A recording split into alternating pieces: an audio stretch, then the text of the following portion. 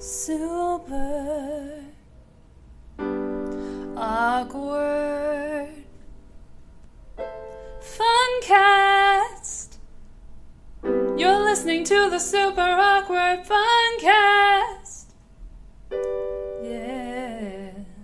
Welcome to the new episode of the Super Awkward FUN-CHIVE. And we have Stephen Robles joining us. And Jeffrey Epstein is dead. Oh, John said Jeffrey Epstein was going to be here. Yes, his ghost has returned. No, his ghost, yeah, right. He has returned. He is here. He is in all of us. He is. He really is in all of us. We must reject him at every turn. Anyways, so you guys know, I don't bullshit around. We talked a little bit about this. Not too much. We talked more about El Chapo, ironically. And I was, suggesting that he could get suicided, which was, of all people. No, okay. That was no embarrassing. one cares about that guy. But as it turns out, this guy was suicided, and it's the most obvious way I've ever seen that happen. I never was alive during the JFK shit, that assassination, Jack Ruby, Lee Harvey Oswald, all that. So I don't know how that went down, but if it went down like this, then those people deserve, everybody who was rejecting that story deserves some applause right now. Because this is insane. Is it not the most insane thing you've seen? No, not I've seen, no, but it's... I don't know. I mean, I feel like it's pretty much where we're at. I mean, people know sort of the level of corruption that occurs in government and amongst the rich and powerful, and I think that the fact that so many people are not surprised by this says something. You know, I mean, it's twofold. It says, number one, we as a people are finally becoming aware enough that we are able to predict the motions of these people and of these things, but at the same time, we do nothing about it. Exactly. But what is there to do? It's like this fire, right? This Amazon fire thing. And the chicken sandwich, right? So, my friends on there going, oh, the chicken sandwich, you guys are posting about a chicken sandwich on social media and the Amazon rainforest is burning. I'm like, okay. Yeah. I'm like, how about this? Oh, my God, a fire. Have you tried that sandwich, though? I mean, really, what am I supposed to do about the fire? What? So much virtue signaling now. Well, it's virtue signaling, but it's also fear-mongering. And that's another, I don't know, another facet to the Epstein thing is that people are ready to accept the corruption as just a matter of course, but they're also they're also so afraid to stand up. Yeah. They're so afraid of everything around them that they can't do anything to help themselves. Mm-hmm. I mean, people are just afraid. So, I went to this Elizabeth Warren event the other day. No, she's great. She's probably the candidate that should be winning. I disagree. Well, one of them has to win, and I'd rather be her than anybody else. Whoever they want to win is going to win. That's the sadness of it. Is that's another facet I think too is that you. And I think it's going to be Trump because he's Trump's going to Well, I'm not even thinking about 2020. Yeah. I'm thinking about 2024. Okay. He's not going. 2020, Trump's going to win. There's no way around it because they just. We already agree. And the liberals have really stuck their foot in it because Bernie and Elizabeth are they're good candidates. They're the cleanest candidate that we've had so far since nobody. We haven't had a candidate this clean since never. Well, I wouldn't say that Bernie's clean. Well, but he's not. He's not like Clinton. He's not like Clinton dirty. He's not like gross. Bush dirty. He's not like Obama dirty. He's not that dirty. He's. Well, Obama wasn't dirty in the beginning either. Dude, Obama was dirty as fuck. Obama came out of Illinois and Chicago Except politics. for the Acorn thing and the Chicago mobsters right, thing. and Rahm Emanuel, right? So, Obama... I'm not... Look, when you're a student of politics, you understand that Illinois politics, Chicago politics are the dirtiest politics that there are in the country. Because Illinois is such a huge state, and they have a history of having this sort of rough and tumble thing. And I remember way before he even anybody knew who Obama was, Roger Ebert was on David Letterman, and he was talking about political candidates. It was during another election. And Roger Ebert's like, listen, there's this senator from Illinois. His name is Barack Obama. He's like, keep an eye on him. He's going to be president someday. And I thought that's very interesting that he would say this, like he probably said that maybe 6 or 7 years before Obama even became a blip on the radar publicly, right? So I thought that's very interesting that he would pinpoint that. So I started to look into him, and I realized that that's kind of what we needed at the time, was this Chicago politics style from the Democrats. The Republicans were already doing it. The Democrats need to get someone dirty in there to sort of like be in there and be in the mix. Well, he was a clean dirty. He was like... No, he was black, and like he was young and black, and that's the way to get around. And but plus he was also charismatic to a lot right, of an people. Ivy League educated guy. He had that shading Celebrity. grin. Right, Like he had the makings version. to be a celebrity president, the anti-Trump, in that he could do the same thing Trump is doing, which he has. Yeah. Which he did, but all he had to do was And smile George that W. smile. Bush. Well, George W. Bush was, he expanded the wars in Iraq. right, but George W. Bush was more of a Afghanistan. patsy. I think Obama kind of got stuck in between where we are now and where we were then, in that he had to tie up those interests with the Middle East because they were already started. And But his cabinet was made of banksters, too. right? Like because there's no way to really get those guys out. So you have to figure out a way to work with them. Because there's a deep state that people just don't want to acknowledge. Who are on both sides yes of and the no. fence. I would say it's not necessarily like the deep state in terms of like this subterfuge. It's just there. It's the money that runs the system. Like the system is run by money, and I don't think it's that deep. I think it's right there on the surface. You don't have to go too deep to find it. It's not a secret that these banks run the government. It's just hard for people to explain it and then accept it because you don't want to accept it. It was a secret that these banks also engage in money laundering and human trafficking and drug trafficking. A secret again, but not a well-kept not so one. deep a secret. But it's still and out that there. you and I maybe didn't know about those things because we don't travel in the circles. But anybody in a certain level of politics knew that stuff. So it wasn't like it was a huge secret. It was But a that secret leads everybody me kept. to the question that why would you want to be president if you know you're gonna have a limited role, you're gonna have to do what you really don't want to do and compromise. Well, but on now your it's different, right? Now it's different. George W. Bush kind of started. How's it different? Because Well, Trump is doing a lot of the same things. I'm about to explain that. So George W. Bush kind of started this like executive order thing in the modern era. Obama carried it through, and now Trump is playing on it. So the president is gaining a lot more power than he used to have because of the precedents being set by these different guys. But they're usually for the best interests of the banksters behind the scenes. They're most interested for their party, and that's usually goes side by side with the banking. But it seems a lot of people in that party, specifically the GOP, would like to go back to the old ways of doing things. Oh, they all and want would that. Not No, they all want to that. be Don't engaged in wars. don't be fooled. Like the GOP and they all want that, right? And they want the money to... Let's take the immigration problem for example. The Democrats always want that. They always want the immigration control because the people want it. The people in America want the immigration control, right? So you have to figure people in America want one thing. They want one thing above everything else, and that's security. That's what they want. They want to feel secure. They want to feel secure financially. They want to feel secure. They thrive off of that. Because but that's all we've got. Doing that, which destroy our privacy. Well, that's all whatever. But that's all we've got, right? So we want security. Biometric data is not whatever. Yes, but it's insane. It is what it is. So and we live in microchips that are coming. Yeah, but that's all paranoia. That's all your YouTube video stuff, it's right? Not but yes, it is. It is. If it's true, it is. But it's paranoia because what really like it's not paranoia. What is there to be afraid of? What are you hiding? What are you hiding?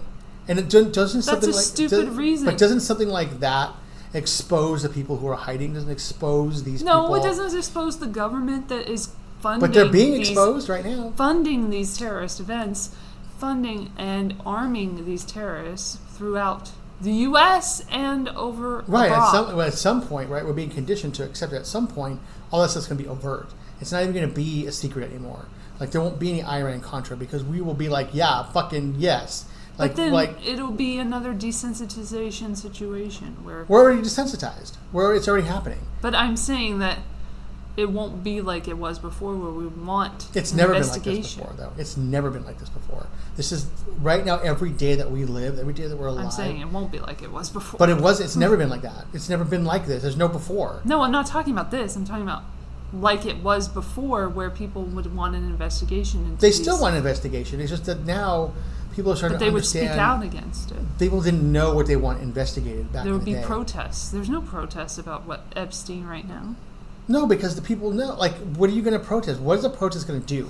So you step up and say, "Oh, Jeffrey Epstein was a bad guy." You know, there's all Okay. this talk about raiding the Area 51. We need to raid the island. We need to raid It's being the raided. It's happening right Zorro now. Ranch. Like It's all happening, of us. It's happening right now, but you, specifically you and me, wouldn't understand the things we found there. Like, we wouldn't understand how all And the that stuff is FBI happening. will when The FBI when they're called the in. FBI They is covered up investigate- the Franklin case. If you look in the Franklin case cover-up, they helped cover Who's up that Franklin whole again? thing. The Franklin case is the Franklin Credit Union that Is Lawrence this a YouTube E. thing? King. Wait, is this a YouTube thing? It's a real life thing. But it's a YouTube thing. Is this where you learn No. about it? Okay. Lawrence E. King. Why are you so dismissive of everything that? Because I'm saying? YouTube conspiracy videos are a blight It's not a on the nation. conspiracy video, and that's another thing that they're doing is trying to tell us what's right and what's wrong to look at, and what's fake and not fake news. And their authoritarian news is the real news, and the little, independent outlets can't make a dime because they're spreading fake news, and that's not right either. But anyway, so Lawrence E. King in Omaha, Nebraska, had a pedo ring, and it went all the way to the top, to the White House, where George H.W. Bush was the president. Was the vice president, and Ronald Reagan was the president. And they had a call boy situation, which they didn't say in the Washington Times article that detailed this, and I'll leave it in the show notes. But they didn't say that it was like underage boys, but it was a sex slave ring, much like what we're seeing with Epstein, but it was younger people, mainly boys and girls. And Paul Benassi was one of the boys who was tasked with kidnapping children and taking them into the ring, into a van at some point, where Johnny Ghosh was allegedly abducted from Iowa.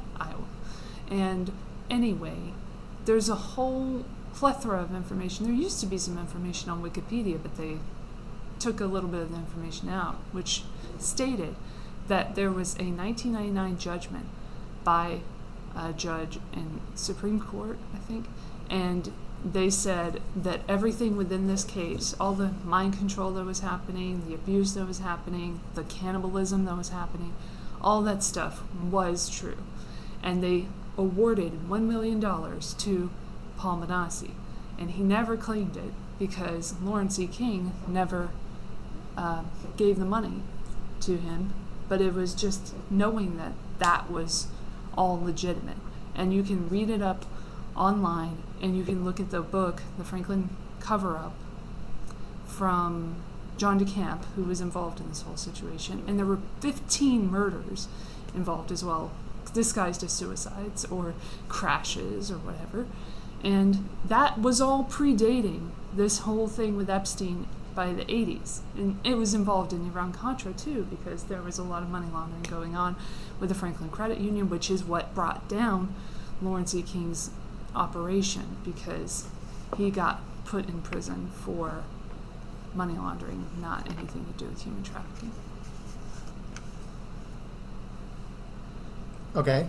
So that's what I'm saying. It's like, this has happened before. This is not new. If something was done then maybe things could have been different this time. If people didn't trust every news outlet that they saw, because there's money involved in newspapers as well. The people who own the newspapers, like for example Robert Maxwell, who owned the Daily Mirror, who just happened to be the father of Ghislaine Maxwell, and went ahead and skinny dipped to his death in 1991 on Lady Ghislaine, his little boat. Like, if those people are running things, how can you trust anything that's like disseminated by their outlets. And then they're tied in with the mob, and they're tied in with all these other people at the top of the fucking echelon of power. It's just hard to know what to believe. And the FBI, by the way, was a big cog in the wheel of corruption in that Franklin case cover-up. And that was testified to by Troy. His name happens to be Boner. We're just going to say Troy Boner. That's his name. Who was a prostitute in this ring. And was made to do horrible things. And then ended up dead. After his brother died of one of those crazy freak accidents in a game of Russian roulette, where somebody dies. So his brother died, then he came out, he was like, I recant. I'm so scared. And then he was like, okay, well maybe I'll tell the truth, and then they killed him. Where he died. Like literally the next day. In hospital where he was taken. So I'm just saying this is not new, and the FBI cannot be trusted. And they also had the COINTELPRO program, which infiltrated many protests from Black Panthers and such, and ended up fucking over MLK, and they killed MLK. So it's the same people, the same kind of people who are running things now. Then there's William Barr, who is compromised in this specific case because his law firm dealt with Epstein, and he also has a connection to the 1MDB scandal, which he's also currently working on, investigating, and his law firm's connected there too. So it's just all very incestuous what's going on. This big group of shitty people doing shitty things, and then showing up later in another administration, like Elliot Abrams and John Bolton. Yeah, but how about that chicken sandwich, though? I haven't tasted it. That's some great. Actually, I have seen the propaganda that's going on regarding. I don't know if you noticed this. Lately, it's just getting really crazy. But regarding the Amazon and climate change, and we all have to be vegetarian and everything, and they want us to all be vegetarian now, and I'm like, crap, am I on the right track? Because that's what they want me to do. Do I want to be vegan anymore? I don't know. But I definitely don't want their burgers, I'll tell you that much. Being vegan and the whole vegan movement. Maybe I'll just do rice and beans and shit. It's all this. I mean, it's all the same. It doesn't matter. I know, they already poisoned. It doesn't matter if you're growing meat or if you're growing vegetables. They poisoned everything in the 50s. It's whatever people need, you're going to do. And, to get the volume of things that people want, you got to do some stupid shit. And I don't know. I mean, there's part of me that says, hey, we don't have to do it this way. There's other part of me that says, it has to be. That change has to come. It has to come. It has to come. There's no way around it. If you want to grow the soy for people's fucking tofu, or you want to grow whatever plant matter they use to make a Beyond Burger or something, then you have to make room for that to happen. Either it's cows or grass or whatever the fuck they use, you're still going to need that. And the more people want it and the volume that they want it, the more space you're going to need for it. And so people want to, I don't know. It's like whenever I see people fucking pissed off because, Netflix wants to buy the Egyptian theater, right? Well, they're going to buy it. Oh. When I look at that, I'm like, thank God they can go through and redesign the inside of it, redo the sound and redo the seats and make it a nice theater. It's nice now, it's nice to look at, but it's shitty because it's run by shitty people, and it's this quality is bad, and it's just and Netflix we're going to keep all the programming. We just want to have a theater we can premiere our movies because they won't let us premiere them anywhere. So we need a place we can go, and we want that place. And it's dying, it's decrepit, we might as well go in there and save it. And I love that idea. But all the hipsters, the little fucking little trilbies in their fedoras come out and they're like, oh no, I can't, I'm like, guys, things are going to change. that restaurant will be torn down, that building will be torn down, and something will be put in its place. I mean, if you look at like what LA looked like back in the day, Right. like before 1920, like it was so. And even before they different. like retrofit all the buildings to like fucking collapse in an earthquake, you know, it's like there's Everything is functionality changes. behind these things. There's also money that goes into it, right? There's always that. There's always Also, buildings are just so like temporary anyway. right. So but people like want to hold on to the past when it's convenient for them. It's when like it's something nowadays, easy. like more than ever, it seems like nostalgia is something that people are working with and monetizing. Well, that's a lot because more. everything that comes out that's new, like things take time. Like the things that are nostalgic took time to take root. Like they But didn't have just you happen. noticed like they're bringing things back just because like, hey, you remember this? Well, Like, because the come people that buy they're this, attracting you know? are the people with money right now. So, Yeah.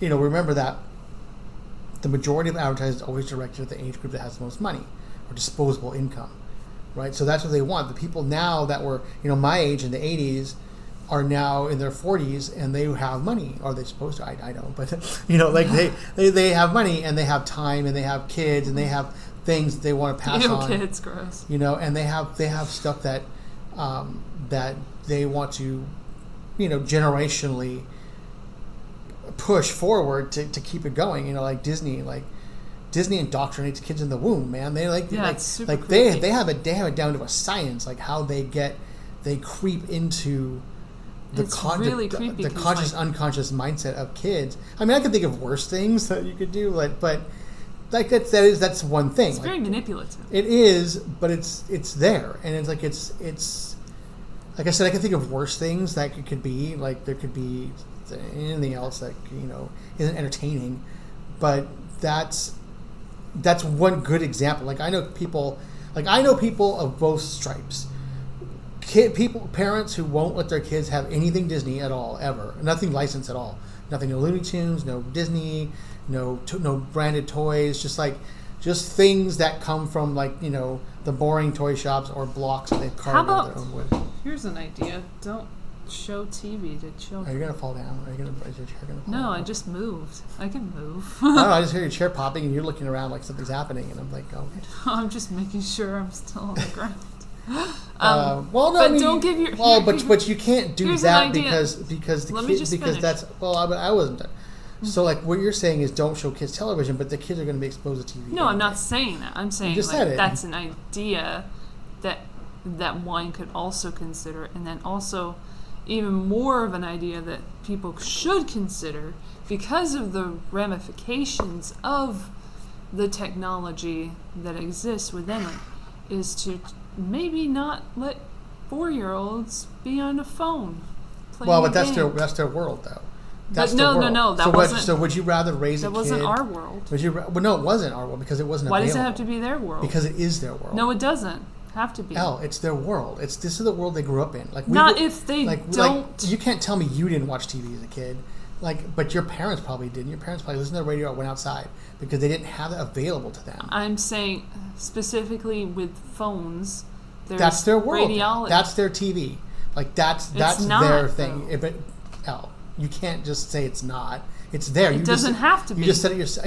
But it does because those kids are going to be using that But we technology didn't. from the people day they're who have born the, to the the day people they who die. Have the children. That The technology is people going to be who in their have life. the children now did not have phones at that age. No, but if they did, they would have had them in their hands. So which is playing into the hands of the people who are giving us these well, vices. right? Yes, people are making money because that's the way that things work. No, But that's because that's the way they make it work. would you rather have a kid? Money exists because. Would you of these rather have a kid who goes to school and doesn't have those things and is behind all of the people that are in school? Yes, because it's not a keeping Or- up with the Joneses situation. No, but it is because if you're going to go to a school, if you're going to transfer to a nice school, That's how they. and everything in the school, prey everything in on the school is a children. touchpad. Everything in the school is an iPad. Everything in the school is built on this technology, and the kid doesn't understand it. Then that kid gets left behind, and that as a teacher, Why as a are there former teacher, iPads in school? That's what. because should they're be an easy issue. to because they're easy to use. Because how much did you pay for a textbook in college?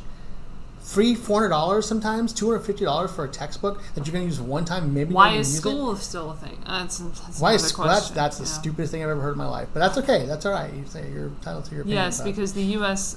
Educational system is so above board. The educational system is what you make it. Like you can go watch YouTube all It's day literally long. Like indoctrination. you can learn that way, or you can learn another way, or you can have someone who's already experienced that explain to you their experiences and how to work it in context, stimulating your brain to take that experience and put it into another context and to learn. We Because are that's at what a school point is. where technology. But if you sit in front of YouTube all day and just watch one point of view, I don't watch one. You're not point of view. learning anything. I feel like you're trying to attack. But that's what I'm talking about. Like, if you don't have someone to guide you, if you don't have an education, an actual education, not a YouTube video, but an education, I don't just watch YouTube. then you lose the context. Why are we promoting YouTube? Because that's what you do. You told me that yourself. Like, you told me you watch all these YouTube videos, send me these links. Like, that's how it works for you, and that's fine. Like, I know That's not how it works for me. like- I read books too. like, I just read two. Right, books that you two get off of books. YouTube. But it's No, like, I didn't. Oh my gosh, But that that's what the pisses stuff me you off, send me, though. honestly. But that's what you send That me. pisses me off because I did not read Supermom because of YouTube.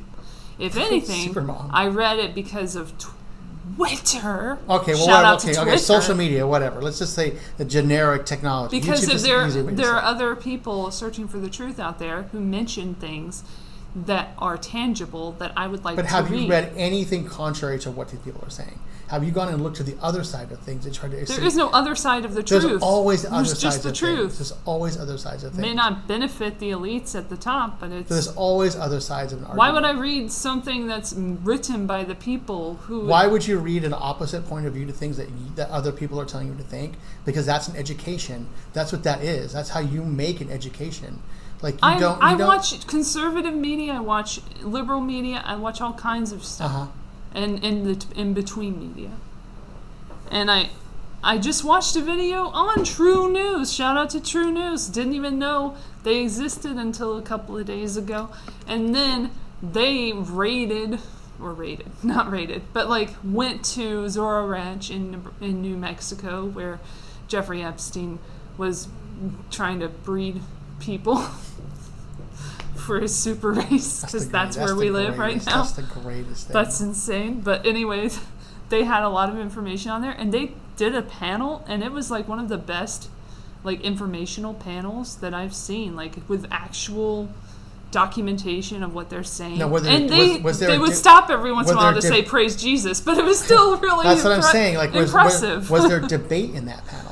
Was there an opposing point of view where people would come up and say, hey, I think what you're saying is misleading. What do you say about this? And then an answer. Because there's never any of that. It's like people that post on, like I had a friend yesterday who has a business and she makes Christmas cards, right? I also watch Crosstalk on RT. Right, so she makes Christmas cards. And somebody wrote in and said, oh, thanks to our president, you can't say Merry Christmas anymore, right? Or something stupid like that. So the woman writes this huge response back to this person. The person's thing is like, 4 lines long. She writes back this huge thing about like standing up for her virtue or whatever, but doesn't print the response the person had. And that always irritates me when people do that on social media, where they put this whole thing up, they post this big diatribe about whatever, but you don't see any of what happens after.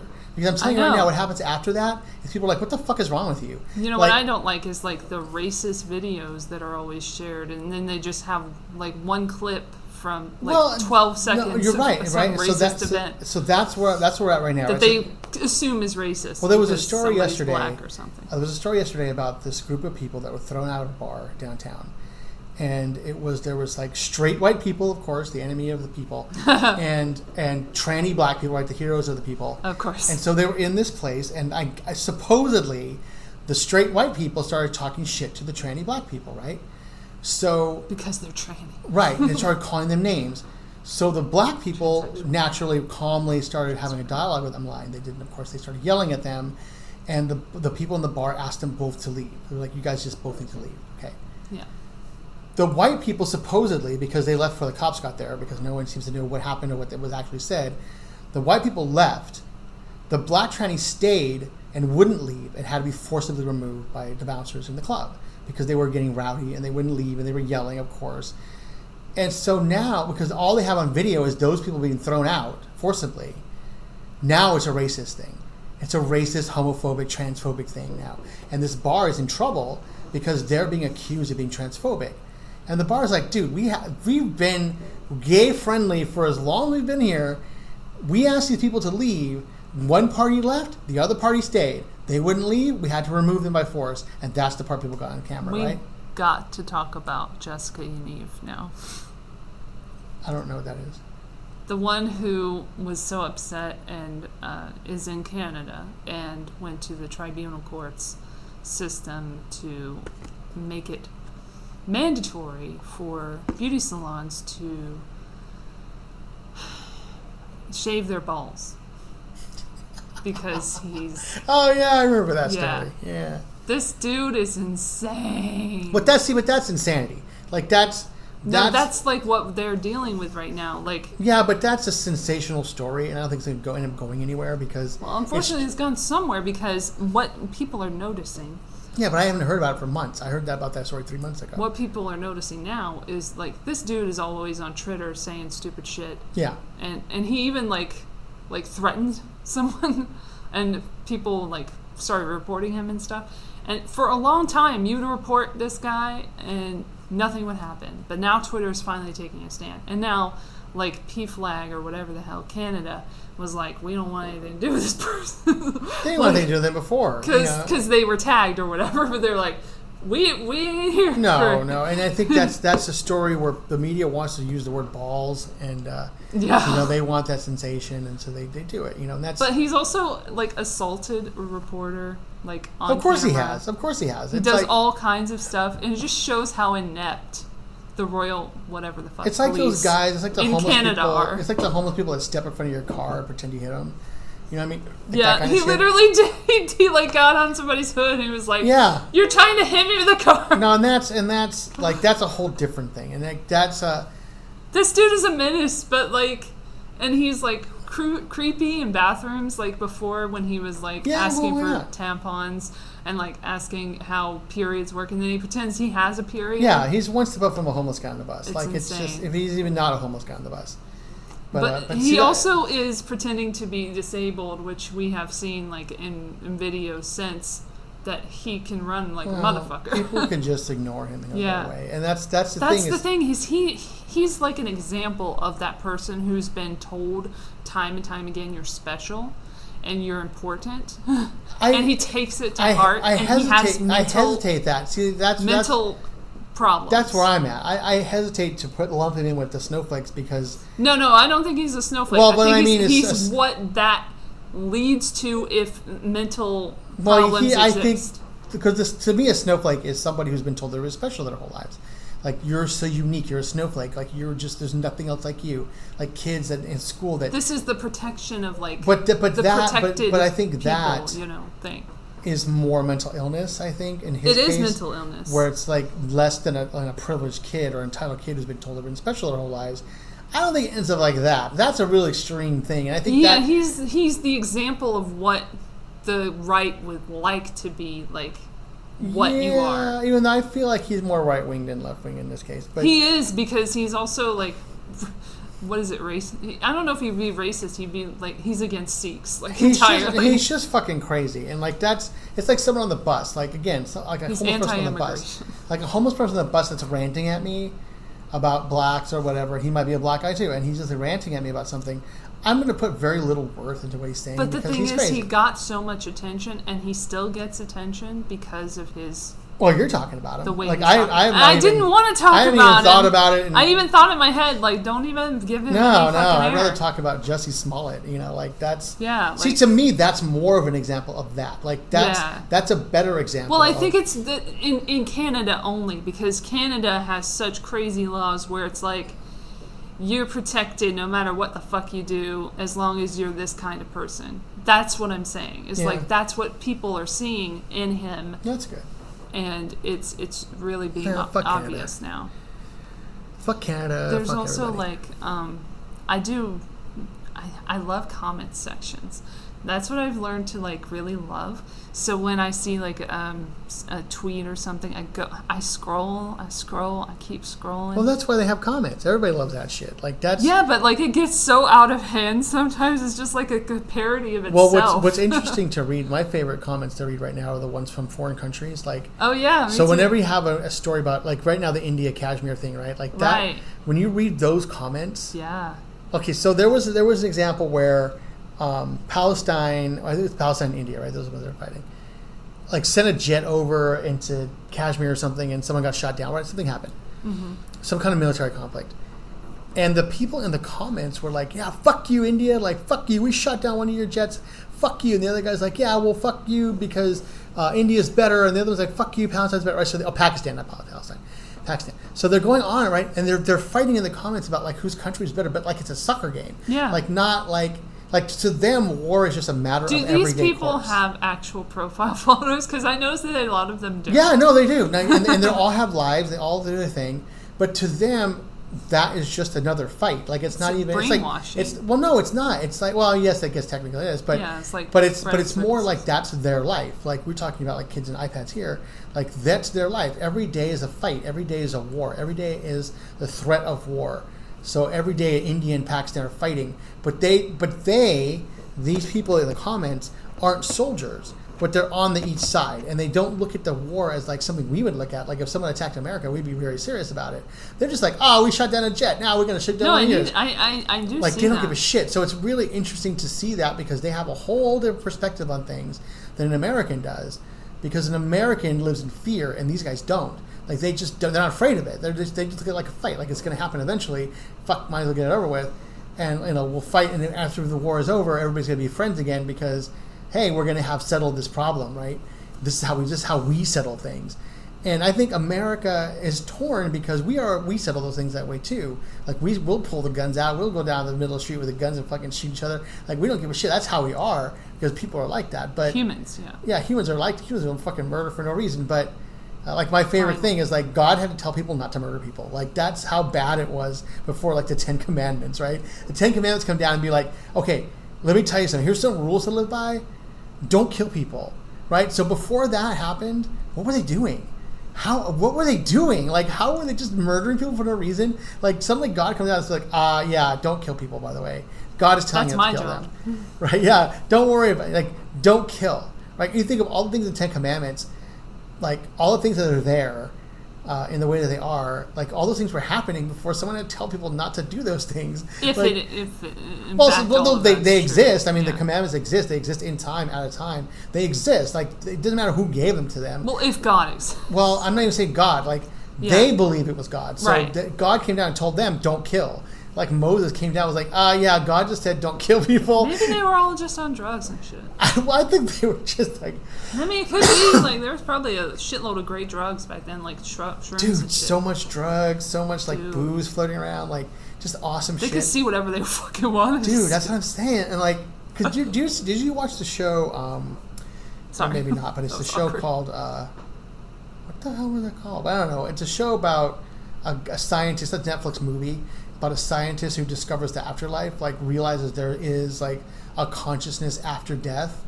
And so when he reveals this concept on the show, people start killing themselves in droves because they're just tired of life. And so since they know there's an afterlife, they just start murdering each other and killing themselves, like just to get out. And I think that's why God had to tell people not to kill themselves. I think the concept of heaven was born first. It was like, if you live a good life, and then when you die, you're going to go to paradise, right? Because your world is shitty, and you're going to go to a better one. So people was like, okay, fine, like I'm done. Like, and so like, no, wait. Suicide's a mortal sin. Now, if you do that, you're going to go to hell. So you don't want to do that. So you stay alive. And like, okay, well, I'll just kill this guy because he's going to go to heaven anyway. Like, I don't like him. He stole my shit. I'm going to kill him. Well, he's going to heaven, right? No, because you're not going to go. So stop killing people.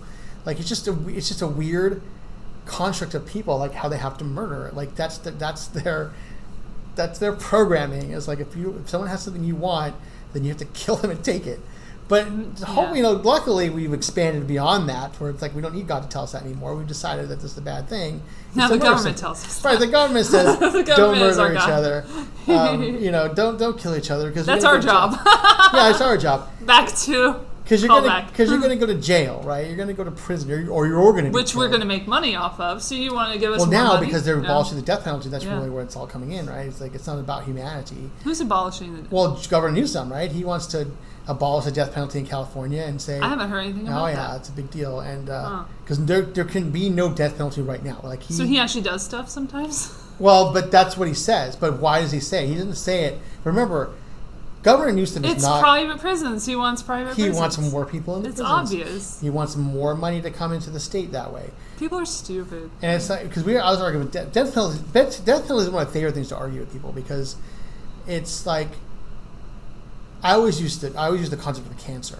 So like if we look at ourselves as a network of cells, like Haven't we spoken about this before? we probably have. We have a network of We cells. had a whole debate. Yeah, we have I'm not people. gonna do that. Each of us have a function, and when the cells go bad, start killing other cells, you cut them out. You don't go into the body and be like, "Hey, skin cell, stop fucking around, man! Like, stop killing those guys." You don't tell the skin cell not to be cancerous. You just cut it out. It's like if someone's going to be cancerous in humanity, you cut them out. You don't try to reason with them. You don't separate them, put them someplace else where they may or may not spread again. You don't kill the person who has cancer, though. But you take the risk. Like if you put someone in chemo, there's a risk they could die being that's treated a whole other for the cancer. Radiology, man, dude. But you're being treated for the cancer. But you cut the cancer out. You don't kill the person. But if you leave it there, it could kill the entire body. So if you leave a cancerous person in a nest of people, it could eventually kill off that nest of people. Why would you want to have that happen when you just remove that part and never have to worry about it ever again?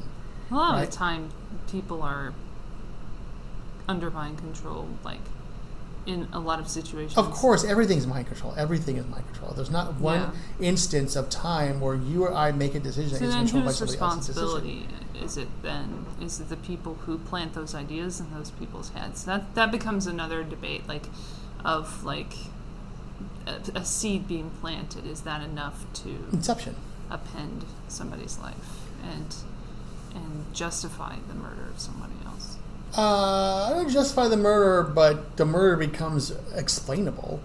It's not justifiable because I'm not sure in any case a murder being the premeditated act of killing somebody with motive, as opposed to like killing them for a reason, like Kindness. Sure. Sorry. But like if you're a soldier in a war, or if you're killing somebody with the death penalty, Euthanasia should be a thing. In euthanasia, right? So if you're killing them with mercy, that's a different thing. Where you're just like going on murdering people, like that's a whole different thing. But I don't know. I think a lot of people don't realize how archaic everything still is in society. Because we are because it's kind of masked by this facade of it's piled on with civilization, is what it's piled on. Civilization. The civilized behavior. But it's not really civilized. It's just a new form of torture. Well, because the human condition doesn't change, right? We eat, we shit, we fuck. Like these are the things that nothing changes. These are the things that people live by, right? The meaning of life isn't anything grandiose. The meaning of life is to create more life. That's the whole meaning. That's of why it. people like period movies, because it just it's the same kind of story, but it's in a different period, and you can still relate to. Well, that's universality of what's literature, going on. right? I mean, that's why Gothic the great literatures. the great literatures so have themes that everybody can follow in, right? So like revenge and well, again, fighting, fucking, right? It's all there. Those basic instincts, right? It's all there in that's what appeals to people. Really? So there's nothing you can do to change that. That's always going to be the main reason that people live. It's just to have more people. Like that's why they're here, or to spread their influence in a way that enhances the experience. But that's been piled on by society. That's a different thing. That wasn't always the case, right? We're just here to propagate. We're not here for any other reason. What'd you find? I'm looking at my table. Right now, Elle's picking up a coin. I don't know what she's looking at or why. New Jersey. Ugh. This is a Canadian coin. Yeah, no, it's not. It's Australian. It's Or Australian. What is it? I don't know. It's 10. It's not 10 cents, but it says 10 cents. But whatever. It'd be 10 cents. Australians use dollars and cents like we do. They're just Australian dollars and cents. Anyways, on that, on the comment section thing, another thing that's going on, which is kind of hilarious to me, and I just wanted to address it a little bit, is that there's a lot of hackings of celebrity accounts, from various institutions, from TV shows and from the internet, and they're all these people are getting hacked with information, with posts that say the Nazis had it right, Hitler had it right, all this stuff that's so obviously right. a troll. and it's kind of taking the piss out of Twitter as also like a secondary kind of motive that they're also trying to get like information for like currency manipulation or whatever the fuck they're doing. But like they have their reasons for doing, or they want followers or whatever the fuck they're doing, like some random tactic just to do shit. it, just to do it, just to have That's fun, it. Just to do it. But I noticed that after like Bella Thorne got hacked and her nudes were she was threatened with the nudes of hers being exposed. She was like, well, I'm just gonna expose myself. And I'm like, that's the best fucking way to do it for the hackers. So they're like, okay, I didn't even have to do anything. Yeah, and the same thing happened just now with James Charles, and it was a total disaster. But was it a hack, or was that always a plan? Or is it? That's the thing. And I was thinking, it was like, what if this is just a really it's good just a way PR tactic? A way to get your nudes out there, right? Like Kim Kardashian, right? I mean, Kim Kardashian made a whole fucking thing on nudes. Like that's but they had to be a secret sex tape. It couldn't just How be her are they doing all it. so shitty at like their settings on the Twitter? Like, how are these celebrities all having the same problem? Oh, because they don't know passwords? anything. They don't know anything. They I mean, if Jessica Alba, like that was the most random. If we want to take it at face value, these somebody celebrities was pissed at don't Honest, know anything. The Honest company. I think they were pissed, and they were like taking it out on her. Yeah, I don't know. Something's going on. I have a friend that works there. They're pretty happy there, but maybe they're the competition or something. It's possible. I don't know. I don't know. People just do shit.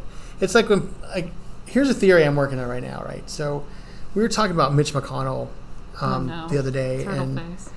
Yeah, I mean I don't like him, but you like him? No, I don't. But okay. no, I mean I don't like him just because he's fucking spineless, but. His voice is... But we were talking about him and why he doesn't want this Russian thing to sort of conflate, right? I mean, he doesn't want it to conflagrate. And, my thinking is that, and I've said this before here, is that the Russian hack of the election, let's just like, for example, the Russian hack of the election is not an indictment of the Russians. It's an indictment of the stupidity of the American people. And it's like if you're going to be deluded by a post about Hillary Clinton that some Russian put up on Facebook, yeah, right, and you're going to let that you decide what you're going to do, how you're going to vote or not. That's on you. That's on you to not go up and investigate that shit. Like, and some of the stuff that they accuse the Russians of putting up there are pretty outrageous, and like you want to look at it and be like, doesn't anybody just go and investigate any of this? Like, all you have to go to Wikipedia, right, like you said, or someplace else just to find one contrary point of view and just be like, okay, maybe this is something right. So Mitch McConnell looks at this and says, well, I'm not going to come out and actually say the Russians did all this stuff, and I'm not going to start putting shit on them, because what that does is it doesn't expose the Russians as evil. It exposes the American public as moronic and stupid. I mean... And like, you can't do that as a politician, because that's going to come around on him. And I think you have to hesitate for a second and be like, do I want to call the American public stupid? Am I prepared to do that? Look at him. How did he get so far? Well, he gets far because he does what he's told, right? So right now, I think like the roadblock that he's in there, because here's my thing about that fucking roadblock, right? So he has all these bills, right? The famous now, he has 121 bills in the desk. So he's not putting through, right? So he's doing that obviously at the whim of his party, right? He's not doing it because he doesn't want to do it. He's doing it because he's being told not to do it. And because he wants to keep his pension, he wants to get out of there alive and get his retirement. So he's like, hey, I don't have much time left here. I'm going to do exactly what I'm told to do. If the president or the GOP tells me to hold these bills, I'm going to hold them. Fine. I'm just going to do what I'm going to do, and I'm going to get the fuck out, right? Which is whatever. So I think he feels he's neutral. He's obviously not. But it's I don't know. I lost my train of thought. But none of these people are doing what they think is right. They're doing what they're told. They're doing what they're told to do, and I think at this point there's no other choice for him. He's too old to go do something else. He's already got far enough. He doesn't want to get booted out unceremoniously, right? He wants to stay in there and do his thing. And I think he knows a change is coming. I think he realizes, like, whatever happened to the Dick Cheneys and the Donald Rumsfelds and all the Halliburton stuff, that all changed out, right? That all changed out when Bush was done and Obama was done, right? When those guys were done, these guys went away because it's like their But now the Iran-Contra guys are back. Well, Yeah. So there's that. But- and but- Oliver North. But the Middle East cycle ended because they got what they wanted out of it, right? Well, no, I mean, it ended pretty much. Like it's not. the The Afghanistan, like they just had a false well, but flag that attack has recently. little to do with the In oil. I'm Kabul. talking about more the oil cartel thing. Well, did that they get their started in the- poppies? All the in the poppies they 70s. wanted in Afghanistan? The poppies aren't even really our thing. Like The heroin we protect those things epidemic? because that economy keeps their economy afloat. You don't think that helps the pharmaceutical industry? It helps the pharmaceutical there? industry, but it also helps Afghanistan. I mean, that's a crop that it's not illegal everywhere. So like they can't just go destroy those poppy fields because that is used for other things. Mm-hmm. They will literally topple the economy of Afghanistan, such as tenuous as it is, if they took that shit out. I just remember China. Okay, the big news in China. What about them? Okay, so there's this thing with the tariffs and everything. Uh-huh. And the U.S. government, including Trump, telling us not to buy Chinese stuff. Right. So they are competing with each other right now. But is it real? Is what we're seeing a real competition, or is it all planned? Like, Well, the one That's thing is the that thing. China can't hold up. Like because they're- they have like this new technology where it's kind of like Black Mirror episode Nosedive, where it's a social credit score system. So I know that the U.S. government is just waiting to have that here, like implement that kind of technology. They don't want that. If they had that, They Donald have- Trump wouldn't be president. Like they can't do shit like that. But in China, I would have my doubts. And the protests. There's protests going on, which are very pro-American, which are very like color revolutionary kind of shit. Well, in Hong Kong, yeah. I mean, because they don't want to In be Hong Kong. Chinese. And it's like, but that's a whole other thing too, because Hong So Kong. none of this is connected to. Well, it's the all business connected eventually situation. because it's. Like I'm trying to see what the business situation is with Huawei. Ooh, I actually said it right that time. Wah, wah. I did it! Yay me! There's all kinds of things going And on. the 5G and everything. Well, That's so China interesting. has enjoyed a position, a privilege that they don't deserve for Well, yeah. decades. Because China's one step up from a third world country. Like they still worship dragons over there. Like it's not, they're not prepared to be on the world stage the way that they are. They have numbers and they have technology that use educated people. And cameras everywhere. Right, and that's which is whatever it is what it is, but not everywhere because the majority of China's in poverty. Billions of cameras. I've Well, read. so they say, Yeah. but in the cities maybe, but the In the majority of cities. China is In the poverty cities, stricken. sure. You know, there's not. It's like India. Like you have Mumbai, you have Bangalore. I mean, you have Bangalore, and you have Delhi, and you have that's it, and the rest of it's just fucking wasteland of poverty. Like there's not a lot going on in India. There's not a lot going on in China. You have Beijing, and that's about it. Taiwan or Taipei, and then you have Hong Kong, which is not officially China, but it's getting there. So, but that's it. That's all they got because they oppress their people there. So there's not much you can do there. So you can say they have cameras in Taipei or in Beijing, sure, but not everywhere else, like in the country, in the rural countries. And there they have religion to control people and tradition to control people. So I think Trump realizes, because Trump's not a lot busy with China. Like people forget all the life he had before. And Russia, of course. Yeah, well, everybody. There was All nobody the on the Asian planet with countries. money. Well, everybody. Every country on the planet has done business with Donald Trump. Well, Like, I know that. there's no way, like, he doesn't Saudi know Arabia. everybody's money and everybody's little dirty secrets, like everything. Like, when we talk shit about the Clintons, I believe that shit. Because it's like, who else would know? Like, if Hillary Clinton killed somebody while she was in office, right? Sorry. I can guarantee you Donald Trump bankrolled some of those kills. Like, For sure. you know, like, he was friends with them. They were friends. pals. They're all in the same club. right? And they all use the same bank. Like, it's all... Play golf. Yeah, it's all connected. So Yes. when he says something about China, I believe him. I believe that he's had to deal with China. Like, they're like, well, here's the stuff made there. I'm like, sure he did. Until they started fucking him over, or until they started like imitating his brands or like stealing his shit. Then he was like, no. And see, I think Donald Trump has been president his whole life. I think he's been grooming the world. Because how can you think of a time in your life where you didn't know the name Donald Trump? No, I think they've been grooming him. No. He's been grooming everybody else. Like, he has put his name in everybody's mouth and mind since the day he was able to do it until now. Everybody knows who Donald But Trump there are is. people behind Everybody. him. Well, yes and no. Yes, there are people mob, behind him now, mainly. but he had to find those people and put them in place. Like, Well, not in the situation with Sidney Korshak and his associates. which is what Super Mob was about. Just Super Mob. The old mob. That's just Super Mom. No, Super Mob. I was like, you read a book called Super Mom? It's like, why is he laughing? Awesome. This is important. This is one of the major power brokers of that time before the 90s, like when I think a lot of other dudes got together who just happened to be Jewish. They just all happen to be Jewish. It just turns out that way. I don't know how. And they formed their own little group called Mega Group, which involved Ehud Barak and Shimon Peres. And I'm really doing a really great job with those Israeli names. And Meyer Lansky was involved in both of them. And Meyer Lansky, I'm not really sure how to pronounce his name. Meyer. And Jeffrey Epstein was a part of this group as well, in a way, where he was an asset to them, allegedly, in so much as like Israeli intelligence, that sort of thing. And you can look at all these names, like, that just happen to be involved in this mega group, and they are also mega group connected to Epstein and through his little black book and everything. So it's just a wild coincidence, I'm sure. Nothing to be concerned about.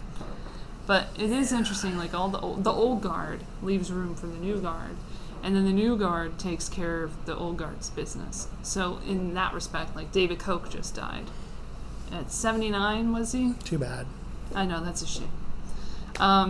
Now what is Charles Koch going to do with himself? He's going to jack himself off now. I know. No more circle jerks. Anyway. He'll have to go to the Bohemian Grove alone. Yeah, I don't know. So man. sad. You Mandalay know, Bay. Mandalay Bay. The Mandalay. No, Mandalay Bay. Camp. Say anything about Mandalay Bay. The Mandalay camp. Yeah, it's a mess. And then the partisanization of the whole thing, the death of him, was so funny to see. Like, all these people are like, all these people need to die in the Republican Party. I'm like, and all these people are to blame for the Republicans, blah, blah, blah. And then I was like, you forgot Bill Clinton, Hillary Clinton, and I forgot who else. Oh, yeah, George Soros. George Soros. Because these people are all in the same fucking group. They... That's doing the same thing to ruin the world. It's rich people. It's not party. Super rich people, like super duper rich people, like right? people you don't even hear about, like the Rothschilds. When you hear about them, you snicker because you're like, oh, that's some conspiracy theory or something. But it's not just. No, I believe in the Rothschilds. I believe in the. Linda Forrester Rothschild was actually the one to. Damn it! Did she introduce Jeffrey Epstein to Ghislaine? I don't know, but she definitely had a relationship with him at some point. No, I mean it's rich people, man. Like, it's just. Cause that's why I was sitting at this Warren meeting, this Warren thing, and talking to the people that were there. Were the Cherokee Nation also there? No. Okay, that's good. Phew. No, she's not working with the Cherokee. She's working with some other tribe. No, I'm kidding. But they, people talking about how angry they are, and and it makes me wonder. Like, it makes me look at this and say, well, they wouldn't be trying to squelch her if there wasn't something of value there. Right, so people are like, oh, when people break down the Bernie polls, for example, and they're like, oh, look how they, how MSNBC stacks these polls, right? You should know by now the polls mean nothing. Well, I know they mean nothing, but they mean something to somebody, right? So they're putting up on TV, and they put like Biden first. A lot of the time, it's and like they put they put Biden first, they put Kamala second, and they put Bernie third, but Bernie's actually in second. So like they will flip flop him in the list, just so it looks like he's down lower, but he's actually, if you look at the number, he's supposed to be in the second slot, and he's in the third slot. Things like that, right? So if you're doing things like that, then there's got to be something there, and honestly, like that's what makes me happy. But that's what makes me look at things like that, is when people are afraid of something, there's a reason they're afraid of it. So if the media is working hard to discredit Bernie and to push Biden, you got to ask yourself why that's happening. Like, why is this happening? Why are they pushing these people down the list? They like pedophiles. Well, they or because pedophiles. Biden has their interests at heart, right? Nah, because they want they want to make money. I retract that statement. I'm not saying Joe Biden is a pedophile. He's just creepy and he touches people He's just a without creep their permission. And he's just a weirdo. Sorry about that. And I don't think he's going to make it. I don't think. I really don't think he's a pedophile. I was reading stories from 2 years ago about Kamala Harris after the 2016 elections and how she was already going to be the candidate for 2020 back in after Trump won. They were like, well, Kamala's next because there's always someone who's next. Hillary has she's worked with the Hillary campaign and the DNC, and they have bequeathed her all of the superdelegates for the primaries. So they're going to vote for Kamala no matter what. So it doesn't matter. Why does anyone trust the DNC at this point? If you do, honestly, you're insane. I'm sorry. Well, because they do, because they can't help it, Elle.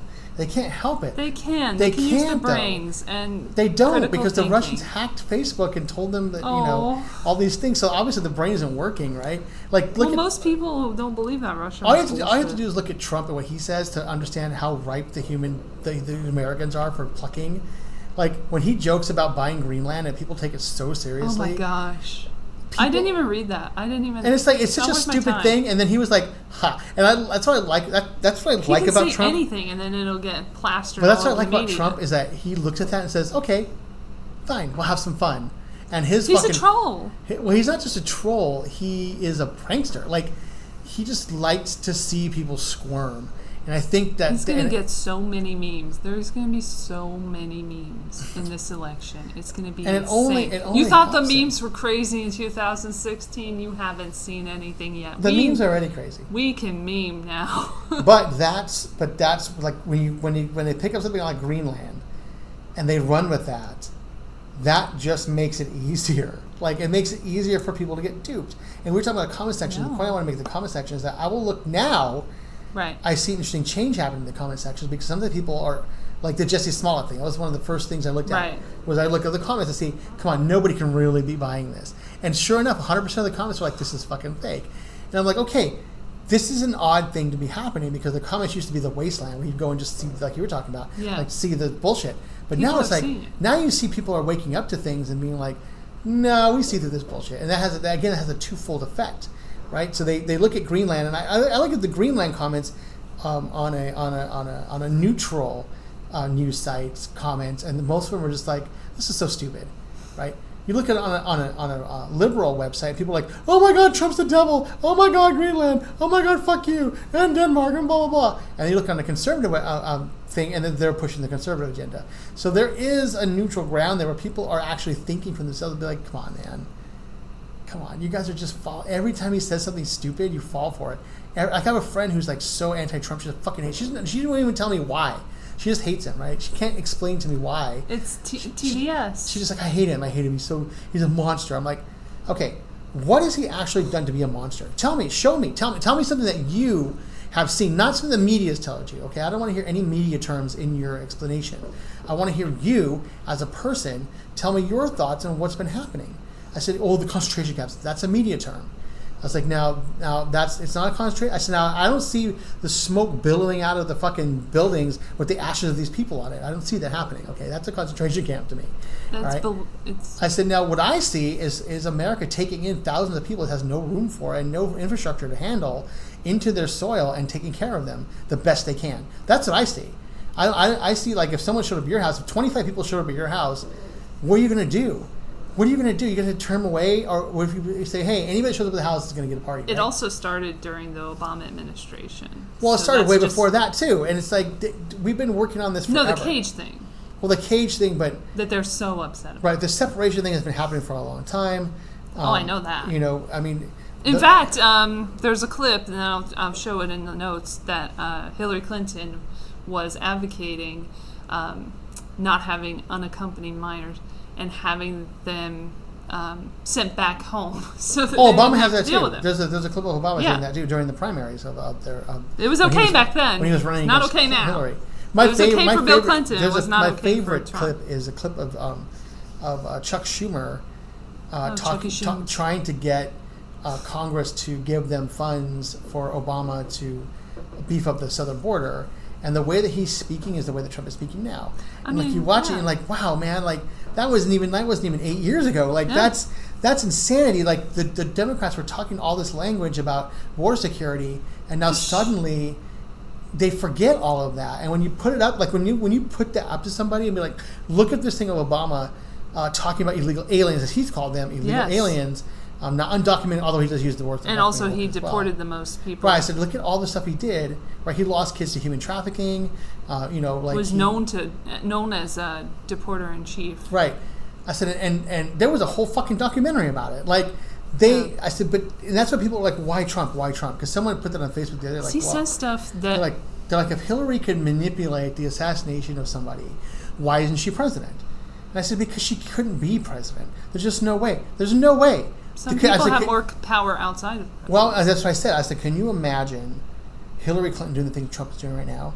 I said, there's no way, but she would have to do it because Obama was already doing it. The Democrats and Republicans both want this immigration reform, and they want a very big show of it. Trump just went all the way and was like, we'll build a wall. Like, Obama didn't want a wall, he wanted a fence. He wanted all the surveillance. She wanted a barrier. Right, and she wanted a barrier, Obama wanted a fence and surveillance, and Trump's like, fuck it, we'll just build a wall. Right, so everybody wants that separation, but you can't. People don't remember any of that, or they don't care to remember it. And when you put it up to them, like, oh yeah, but that was he meant something different. Like, he didn't mean anything different. Okay, so you can't have Hillary. Or they'll say like he called them all rapists. No, he didn't. He did called not. a select He said there are few. some coming in that are doing this, having this problem, and that is an issue. Right, and so you see the video. You see the video of like 5,000 migrants moving up toward the border, right? Getting help, getting bus tickets, getting plane tickets from people. I mean, of course, if they're like given this carte blanche to just come into a fucking country, they're going to use it for nefarious purposes. Of course, and so that's just human behavior. But it even is more basic than that. So you have this image, you have this factual image of 5,000 people, let's just say, for conservatively, 5,000 people coming up to our border, okay, pounding on the fence, jumping over. You see this happening. And the Democrats are like, oh, there's no crisis. Not that there's a manageable crisis, not that there's something going on now that we don't know what it is. There's no crisis. Oh, and we need health care. We need free health care. Well, okay, but besides that, they're telling people there's no crisis. No, but like they said, remember in the debate that we need free health care for the people who are illegal coming into the country. Right. Yet we don't have free health care for everybody else. My point of that's not that. It's like I know that's not your point. The conservative sees this and goes crazy and starts shooting people, right? Because they go crazy because they're not being heard. Their fears aren't being addressed. And even regardless of whether their fears are baseless or not, they're not being addressed. And people just call them deplorable. They make fun of them. They make fun of their educational level. They don't sit down and say, okay, what's wrong? Like, let's sit down with you here and talk to you about We're not allowed to talk to each other. About what's wrong. No, because they don't want to hear it. They don't want to know that Obama failed them. Like, they don't want that to come up at all. I mean, literally as we speak, like, there's Obama outdid Trump trending on Twitter. No, it's true, and he did all kinds of stuff. Like, I mean, he did outdo him in a lot of things, but I'm not going to mention all of them. I have one Facebook friend who's a complete hates Obama, hates establishment Democrats, and he goes on because he's a Bernie guy, and he's going on about Bernie, and someone's like, Trump, anybody's better than Trump, and he's like, no. let's put Obama against Trump here. Let's just put him up against there. Yeah. And they're like, well, he has one marriage. He has blah, blah, blah. Like, no. Let's put aside the personal effect. That's nothing to do with our lives. How many people did Obama kill via military strike? How many people has Trump killed via military strike? The numbers are drastically different. It's like, how many people... In how many countries? Yeah. Right. How many... Now, let's let alone the kids for a second, okay? Because when a political party has nothing left, they go to the children, okay? That's when you know they're failing. Mm-hmm. So they go to the kids with the migrant kids. But what's the migrant adults? It's like there's a whole group of people there that are adults that are coming through that don't have anybody looking out for them. They're looking out for the kids and the women, but not for the guys, right? Mm-hmm. Or the older people. So it's like, let's put those numbers up against Obama and versus Trump. Like, what did Obama do to help these people? He either put them in a cage and then deported them. Or a temporary Band-Aid solution. But Trump is actually trying to figure out what to do with them. Like, he puts them in the detention centers, and it's hellish and horrible. But the thought is they're not going to be there that long. That's the hope, is they're not going to be there that long. But the more you tie them up, the more they're going to be there. So what are you going to do, right? But you can't even have, like I was talking about earlier, you can't even bring up a contrary point of view with some people because they start yelling at you like you're a racist. Yeah, it's crazy. And it's like, they're like, well, why can't Christians go help? I'm like, not everybody who's against this is a Christian. Not everybody who's for this is a Christian. I'm not a Christian. What does religion have to do? I'm not a Christian, but I believe in border security. I believe that we need to detain people at the border and figure out who these people are. I think that if we have two people and a kid coming through, that we need to figure out who those people are with the kid before we do anything else. And if that means separating the kid and putting him someplace else for a little while while he stews in his juices, and these people figure out who they are, okay, fine. Then we do that. I was like, but would you rather have that? Because I put that to people before. What is your percentage? What is the acceptable percentage of people that are going to slip through the cracks? How many kids? What is the acceptable percentage of kids that you're okay with going into child trafficking because we did not properly vet their parents, right? Yes. Quote unquote parents. What is your? Because my percentage is 0. That's my percentage. So what is yours? 1-2%? Preventative measures. Right. You're okay with like 1% of the kids slipping through the cracks? That's 10,000 kids. I was like, at least 1,000 kids, at least 100 kids. I'm up for 0. So the only way to get to 0 is to do what we're doing. It's the only way. There's no other way to do this. You can't put them in hotels. You can't put them in people's houses. You can't foster them all out. You can't do that stuff. Sneeze. Ho, ho, ho, ho, ho, ho, ho, ho, ho, ho, ho. Yeah. All right. You all right? In other countries, like, it's not that easy. Another country, they just send it to another country. It's not that easy to get into that country. That's what people are like, oh, we love Denmark, we love Norway. I'm like, you know how fucking strict Norway is? Like, you try to go in as a brown Canada, person. You have to have a job for like a long Canada, time. if you go into Canada with a gram of weed, they will kick you out of Canada and never let you into Canada, ever. Unless you're a protected class of citizens. Even if you're a protected class, they'll just say, you know what, no, your rights are restricted when you're in Canada. Because that's... I don't know, but we'll see what happens. But, like, if you can brandish a weapon and have it in your home, which is against the law in Canada, like a stun gun, a taser, that sort of thing, then I guess, anything's okay. That's how I see it. I don't know, man. Because Canada just doesn't give a shit about their laws at this That's point. because they got us down here to take care of them. And Trudeau. Good old Trudeau. They got us. They have all the guns in America to take care of them. Like, they don't have to worry about all shit. These, like, nepotists, all these, like, world leaders who are, like, sons of other world leaders. Oh, that's how it is. But that's how, when you get to anything where there's money involved, and look at entertainment. It's like royalty never ended, like the patriarchy. What am I thinking? The monarchy. Patriarchy never ended. Well, look at entertainment. Look at the way entertainment business is. Yeah. I mean, everybody's cousin or and like friend the or children son of the children, having right? like hit songs now. Like they're all working they're like on these 10 things. And shit. They get it's who you know, right? It's who you know. And who you blow. You know who you blow. That's right. Sorry. Blow. Shout out to Harvey Weinstein getting arraigned. I bet he's fucking thrilled right now, going. It's nothing, man. Like, I mean, literally, I banged some chicks and gave them parts in movies. If you fucking compare that to the human trafficking in both the Jeffrey Epstein case and the NXIVM case, it's not even a question. Like, there's so many people who benefit Harvey Weinstein got his cock from, sucked. From Harvey Weinstein. Harvey Weinstein who are got still his cock benefiting. Sucked, and people got careers that didn't get careers. And his bro. And his brother. Bro, just like, whatever, man. Yeah, and it's like... Oprah, whatever, man. Yeah, fucking Oprah. No one gives a shit. Fuck you, Oprah. There, I said it. Oh. Fuck Oprah. She's just a moron. I admire Oprah because she was a moron who made something out of herself, and like that's the American dream, right? She lived the dream. I mean, she did it. She's still an asshole. Yeah, she got molested by people when she was a child and then decided that was okay with other people when she was an adult, and she protected the people who did it.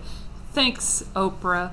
John of God thanks you, as does Harvey Weinstein. Harvey Weinstein. Anyway. Okay, Billboard charts. I don't even pay attention to any music for what happened years. Is, okay, so I've been studying the Billboard charts for a little while, just as a side project to bring up on the podcast and whatnot. And I started in 1974. I don't know why, it just felt right. She started in 1973. That's my birth year, and the number one song that year was Tony Orlando and Dawn's Tyler Yellow great. Around the Old Tree. I'm sure it was a lot of shit that, like, you wouldn't hear now because it had a certain point of view in it that you just don't hear anymore. And no, you just hear a a lot of certain type of music. individualistic kind of ideas and stuff. Like, because I noticed, like, if you go back to 1969, which I did recently, because I will tell you straight up, the only years that I liked the most, or the years that I liked the most would be my top 4, would be, maybe I should do a top 5. Top 5. would be, let me look at my notes. Going back to 1969, I listened to a bunch of the songs, and I like sex. I like sex. No, don't use that. I liked 67 of those songs. And this is all objective. Like, this is just looking at it through my eyes, you know, and what I like. So in 1969, I liked 67 songs. In 1985, I liked 60 songs. In Why don't you just tell us what the top 2 songs of each year were, instead of going through the number? I don't know. Anyway. What were the songs? I don't know. You just had them right there. No, I didn't. I just had the amount that I liked because I'm looking at a trend of like when I personally saw that the quality went down. And I think it was in 2016 getting to the point. 1969 had 67 really great songs in my opinion. 1999 has 67 great songs in my opinion. And those are like 40 years apart. And that's pretty impressive that they have the same amount. But it just proves that it's not nostalgia that I'm basing my stuff on. Yeah, but how often... But there might be a bias, but I don't know what it is. You know, having not been alive in 1969, so let's say, how many songs did you like in your birth year? Well, let's not even your birth. No, not even your birth year. Let's say in your 14th year. In 14th year. You know, when you were actually actively listening to the radio and watching television, how many songs? I'm trying to figure out how old I was in 19. That was not 14, but okay. That's 16. That's fine. 16's good. 1990. That was 15. Oh, no, I was 14 in 1999 most of the year. Okay. So that's literally the 14th year. So how many... And I like 67 songs. In 1999. So is that... Those were songs from 1999? Yes. 1998, 1999. 98 and 99. Okay. For 67 songs. Now, compared to then... Right. How much now That's do you listen to the radio? Do you watch TV, music videos? Like I'm sure that I'm sure exposed. I'm sure at 14 you were listening to the radio all the time. Yes, I was. And you were watching MTV all the time, just like I was. And you know, you were exposed to much more music. It's not that the music necessarily was better; you were just more aware of it. Yes. And so now there is definitely music out there that's good. There is. There's also. But I think there's a lot of payola going on as well. There's been payola since 1935. There has been forever. Yes. Payola is part of the business. Manipulation of the charts in various ways in terms of streaming. No, I used to work at a record label. Streaming is different, a different animal. I used to work at a record label, and I used to work with radio promoters who are the people that... No, the streaming, I think... Well, I know, I'm getting to the point, but okay. Like a radio promoter is somebody that you pay to contact a radio station and give them your album, and to tell them, to put it on the desk is what they call it, right? So you put it on your desk, and they send a thing to you, say you're the PD, program director, music director of a radio station, a Billboard reporting station. There's Billboard reporting stations and radio and records reporting stations, right? R&R and Billboard. So you send it to a report, and they're all just under the umbrella of reporting stations. So you send it to a reporting station, and you say, hey, I have Elle Latham on your desk. Let me know what you think. Jenny. And they'll say, okay, fine. Cool, like, sure. So what am I looking for? Well, it's Elle Latham, and it's a song called Jenny. Whatever. And it's here, and what we're looking for. Okay, cool. I was just going to lunch right now. My staff and I are going to Applebee's. So, it's the Applebee's here in Dothan, Alabama. So that's where we're going to be. We're going to be there for the next couple of hours. And, man, in my staff, they eat a lot. So, it could be a while. And, a couple $100 probably. We're going to be spending this much money. So when I get back, I'll listen to the album if we're not too full from lunch. So what he's telling you to do is to send a $200 gift certificate to the Dothan, Alabama Applebee's so he can take his fucking staff to lunch so he listen to your fucking album. Yes. Right? So that's how payola works now. Yes. That's what it is. Streaming. Yeah. Streaming is different. There's different rules. Because I was in that business right at the dawn of streaming. I was at the dawn of Napster. So like that's when Napster and LimeWire and all those other ones were coming out at that time when I was working in the record industry. And my thinking was we need to embrace this shit. Like this is free advertising. Like yeah, okay, we're giving the song away for free. Okay, I get that. I understand that. But we're getting them out there. We don't have to sell them. We don't have to push it to anybody. They're just going to see it on the list, and it's so niche. Like, there's so few people all the time that have the internet access to be able to do this, that it's not going to make a dent in our fucking. We're not doing shit, so it doesn't matter. I'll put a fucking country music album in a country music Napster. People are going to download it because it's just there, like, and because they can. And so why not? Why not do that? Why not embrace that and like go for it? My boss hated it, but I was like, let's do that. I feel like, it's the lack of music related networks that we have now. We don't have MTV for 24/7. Well, yes and no, because music. if you look at YouTube, like the top YouTube videos, kind of the top YouTube videos that have billions, like over 1 billion hits, they're all music videos. Every single one of them. But they are also not the most quality in production. No, but it doesn't matter. Like it's because you're selling the music. No, I noticed that. And you're selling the artist. You're not it doesn't selling matter. the video, right? It doesn't matter because you can. But the video, but they are though. Like number one. Do you know what the number one most viewed video of all time is on YouTube? With over 6 billion views. Do you know what it is? Despacito. I know. Right? Well, you didn't say it. So that's the number one viewed Which video. took over from Gangnam Style. Of all time. Gangnam's not even in the top 20 right now. Like, it's like... And now it's like a totally different game. It's completely different. And it's like... But out of the top 20 videos on YouTube, of the top viewed videos of all time, only one video is a non-music video. Only one. And all the rest of them are music videos. Now, a lot of it has to do with selling clicks, right? A lot of that has to do with buying eyes. You know what's interesting to see is like the non-independent artists, the ones with labels and stuff.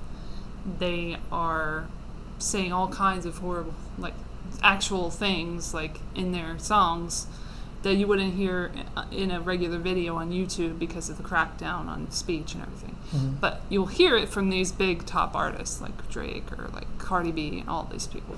But then you hear like independent artists, they have to censor themselves, or they feel they have to censor themselves. I have a thing that like I wouldn't censor myself for anyone, just for money. But like, I guess if you have no means of making money and that's your deal. Well, if you want people to hear what you have to say, and maybe you want like family-friendly people, right? You have to give them what you have to get. If you want, and you can be an independent artist and play Hotel Cafe every Friday and work at 7-Eleven. No, these are people who get like good numbers as well, who get trendy. Yeah, they can do that. But are they Despacito? Are they going to be that? They huge? have more substance in their songs. And how much money are they making? And are they making views? But are those views translating to money for them? Because, for this particular person that I'm thinking like, which of, one are you thinking of? Tom McDonald. I don't think you know him. I think I saw his video. I think I saw his video in the list and yesterday. He had recently "I'm Sorry," which went to that video's been trending. Yeah, I saw that yesterday. And it's censored, and like a lot of his videos are. And it's interesting to see that like "Goodbye" is not that long ago, which was Post Malone's big hit song, totally uncensored, Vevoized, put on Vevo. And totally fine, like with the algorithm. It's just interesting what the algorithm chooses to ignore. Well, because people can listen to that at work. I think it is because it's like maybe there's Universal behind it or Warner behind it or something like that, where they're only caring about the profits, and they're like, hey, that's all that matters. But that is all that matters. But I'm also saying, like, if you don't have a label, then you're not going to be able to say what you want to say and have it. You can say whatever you want. Well, you can say what you want, but you won't get monetized, is what I'm saying. No, but that was the point. But they will, because... Right, because they play in the game. Yes. So if you're not going to play the game, you can't win. Exactly. So, but that's what I'm saying. Like, I don't see anything negative about that, because it's like you make a choice. Right, it's always going to be the art versus choice. It's always going to be being an artist, being commercial success, or being an artistic success. You're always going to run into that problem in art, in any kind of art form, because you're going to have people that go, don't sell out. And I'm like, fuck, I'll sell out in a fucking minute. I don't give a fuck, dude. I will sell out right now. You want me to write a song about fucking dinosaurs doing dabs? Like, I'll fucking do that shit. Like, I don't give a shit. Right, I'll do it right now. Make my $10 million and then do what I want. Because that's what a lot of artists do. That's when I noticed the trend of like people getting famous for a minute and then they have a big hit song and then they kind of fall off eventually. Most of them connected to Geffen Records. I don't know if there's like a a correlation, but well, but it just seems like they had a lot of those kind of artists. Think of the artist Franz Ferdinand, right? Franz Ferdinand had one major radio hit. Okay, those motherfuckers, when they got signed to... we got to wrap it up soon. When they got signed to their label, they got signed for $1 billion, okay? It wasn't even like a joke. Like, they got signed for $1 billion off of one fucking song, off their thing. They're still touring and they still sell out. Like, they still do their thing, even though you're not hearing about them anymore. They still go out there and do their thing. It only takes one hit. There's so many people, like, even from the 90s or whatever, who used to have their big moments and everything, and then they go independent and they do their own thing, and they're touring, and they're still making money, and they're still living a pretty decent lifestyle and not doing drugs or any of that stupid shit. And they're trying to, like, let me tell you what, make it work. Everybody fucking does drugs, okay? Like, not these old ass dudes. No, they all do. You go. Well, maybe they did. They don't do it now. They don't do it now. That's what I'm saying. Like, they did, but they what I cleaned learned. themselves up. Like, for instance, like Blue October is a good example of like someone recently who kind of turned his life around. He found Christianity, and that's fine. I bet that whatever, motherfucker does all kinds of drugs. He probably does prescription drugs. But like that, yeah, probably, he looks at that like oxycodone and shit like that. Like, it's not a drug. My doctor gave it to me. Yeah, it's interesting. But having that's a new drug. Again, working in the music business and touring, you learn that everybody does drugs, and it's like even people that you would think, wow, they're so wholesome. Katy Perry definitely does drugs. Well, Katy Perry, I don't think Katy Perry's ever shit. not said she didn't do drugs, right? I think she's never put herself out like that. She definitely is not. I look at the videos and shit. Like, I don't think she's ever... She got Me Too'd recently. Yeah, she did, and she anybody can be Me Too'd. Y'all better watch out. Yeah, that's right. Don't kiss people. But I mean, I'm saying is like you'll go up like against a kiddie act, 14, 15 years old, and they're back there going, got any weed? Got any weed? Like, yeah. Oh, what about Criss Cross? I bet they did a whole lot of drugs. Criss Cross, I bet just smoked some weed. Probably drank some here and there.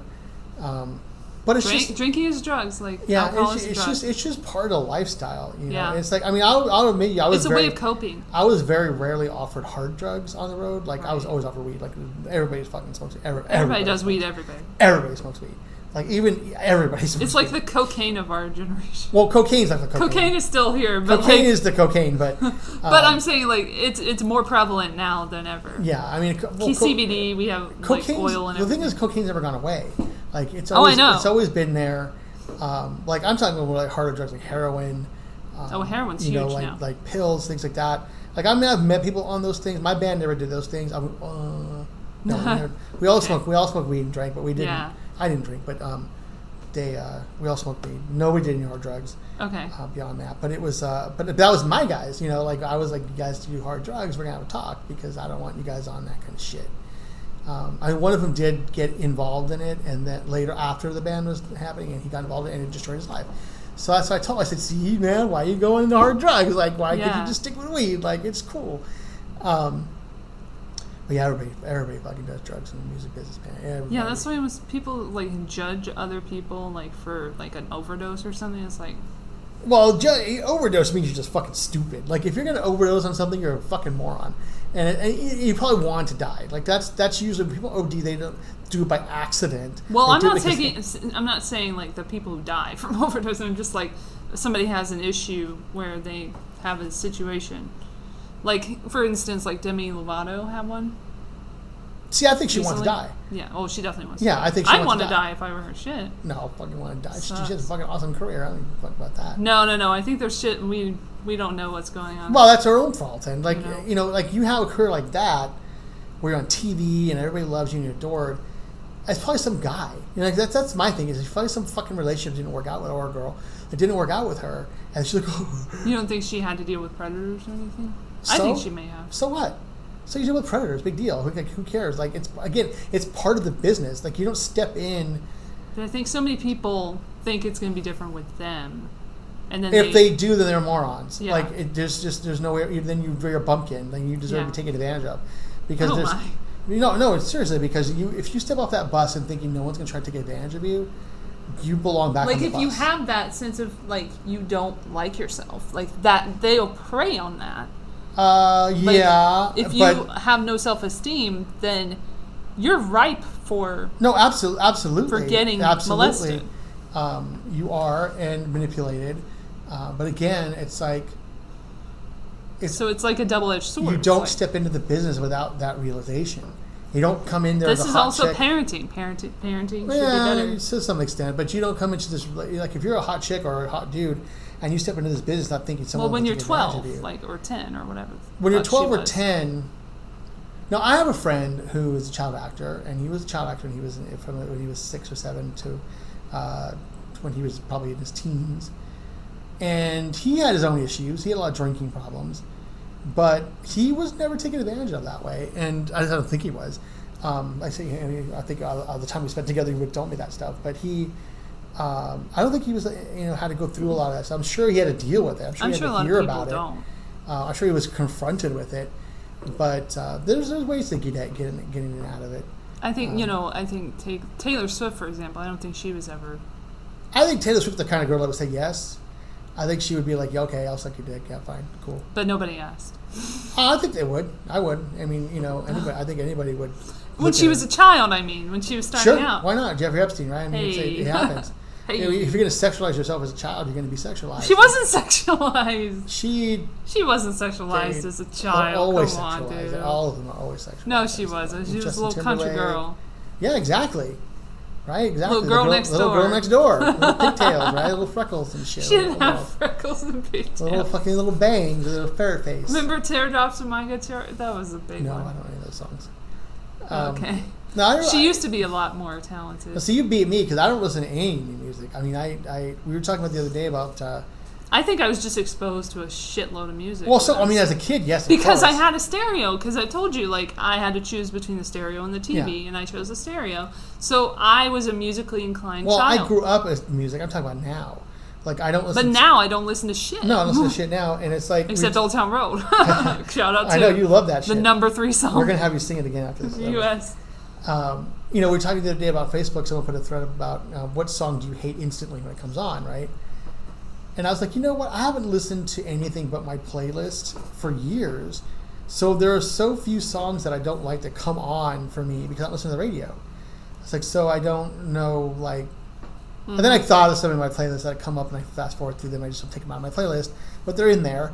And I thought of a couple. And then I thought of some other ones that I hear that I'm like, oh, God, like Eric Clapton's unplugged version of Layla, which is like, for me, the antithesis of everything that has to do with rock and roll.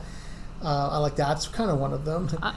Fleetwood Mac's Daddy, like that's a terrible song. Like I don't know why that song was made. I'm not a fan of the Yardbirds in general. I just didn't like their sound that much. Yeah, I mean they are made up of guys that ended up being in better bands. Yeah, I think I got that feeling from listening. But not as a song for the time. They were they were what they were. Couldn't get through a minute of it. They were sort of the anti-Beatles at the time, and that was what the world needed. And they needed a more morose style of harmonics, and that's what the Yardbirds gave them. Dionne Warwick can be a non-starter sometimes. That's the fans off. She's the biggest nostrils that anyone I've ever seen in my life.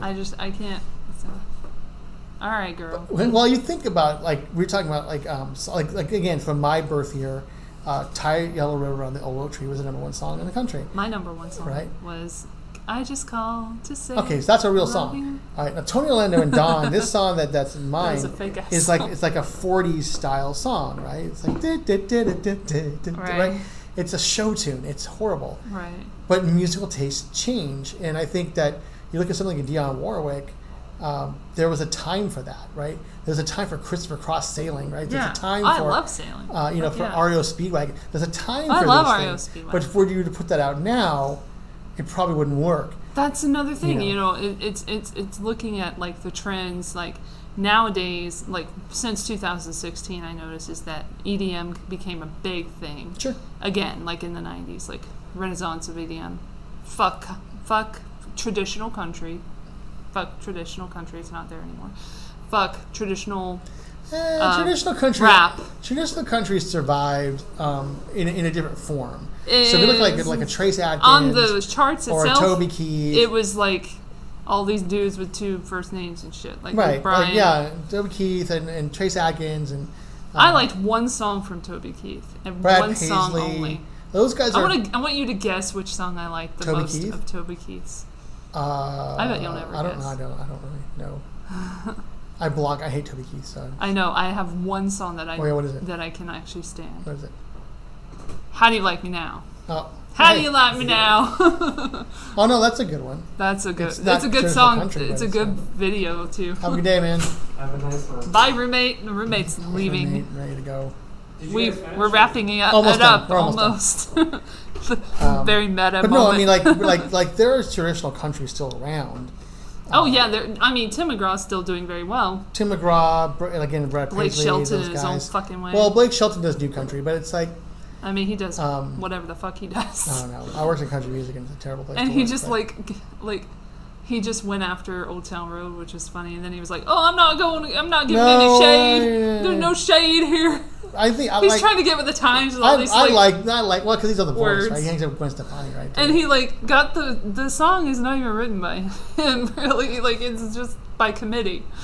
I like Blake. So Shelton. how can he stand Blake by Shelton's that one anyway? of the few like outward personalities in country left. I mean, that's not just Brad anybody. Paisley has a cool personality. Brad Paisley is a very nice man. He's Keith Urban, I don't know what his Keith deal Urban is. is Australian. I don't know what his deal is, but I don't know anything about him. He's like Australian. he's a He's mystery. weird. He's like he's like the mystery. John Bon Jovi of country. We don't music. know what's going on with him ever. He's very quiet. He's very strange. He was on American Idol for 3-4. Well, he's still Yeah, there, right? I And know. he's good.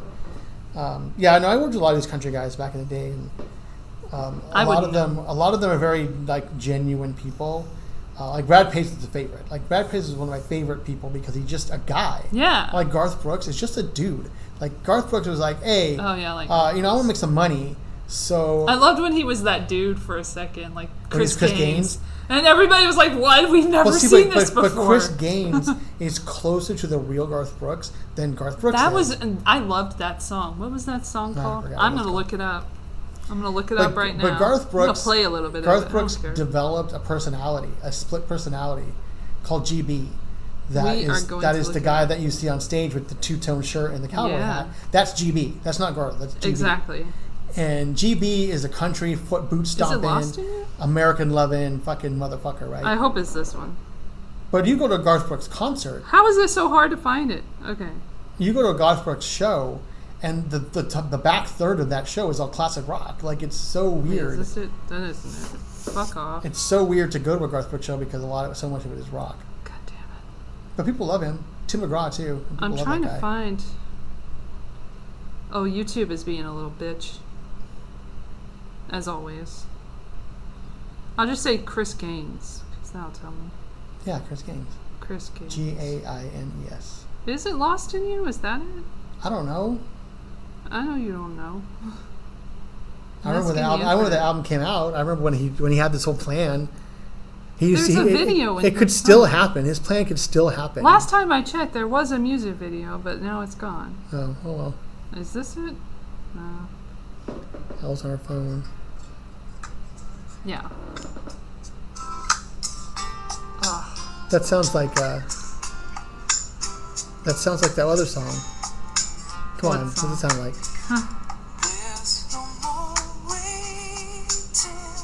Chris Gaines. Chris Gaines, then gentlemen. Chris Gaines. he could get it. He could get it. His hair. I had this single. I had it. I had no qualms about it. This song was my shit. This is my childhood screaming out. This is him trying to pretend to be Babyface. Well, you know the plan for this, right? You know the plan for this album, like the whole plan for it. So he was going to release this album, and he literally was hoping no one was going to know it was him. Okay. Yeah, I know. So he wanted to release his album with Chris Gaines, but he didn't want it to like go out with any fanfare at all. He wanted to just be Right. zero fanfare, and just to end up in a bargain bin someplace. And then 20 years down the line, he was going to make a movie about Chris Gaines. I know. And then he was going to The be like, critics ruined it. When he was going to go, people can go back and find this album and be like, oh my God, this guy existed. And they're not That going to would've know been it's Garth hilarious. Brooks. See, And that like- would be great now, but right? like back then, He they can for that. still do it. He can still do Yeah, it. they need to do that. Like, he Bring can- back Chris Gaines. We're gonna leave on that note. We want Chris Chris Gaines to make Gaines. his big movie. I want that. We need this.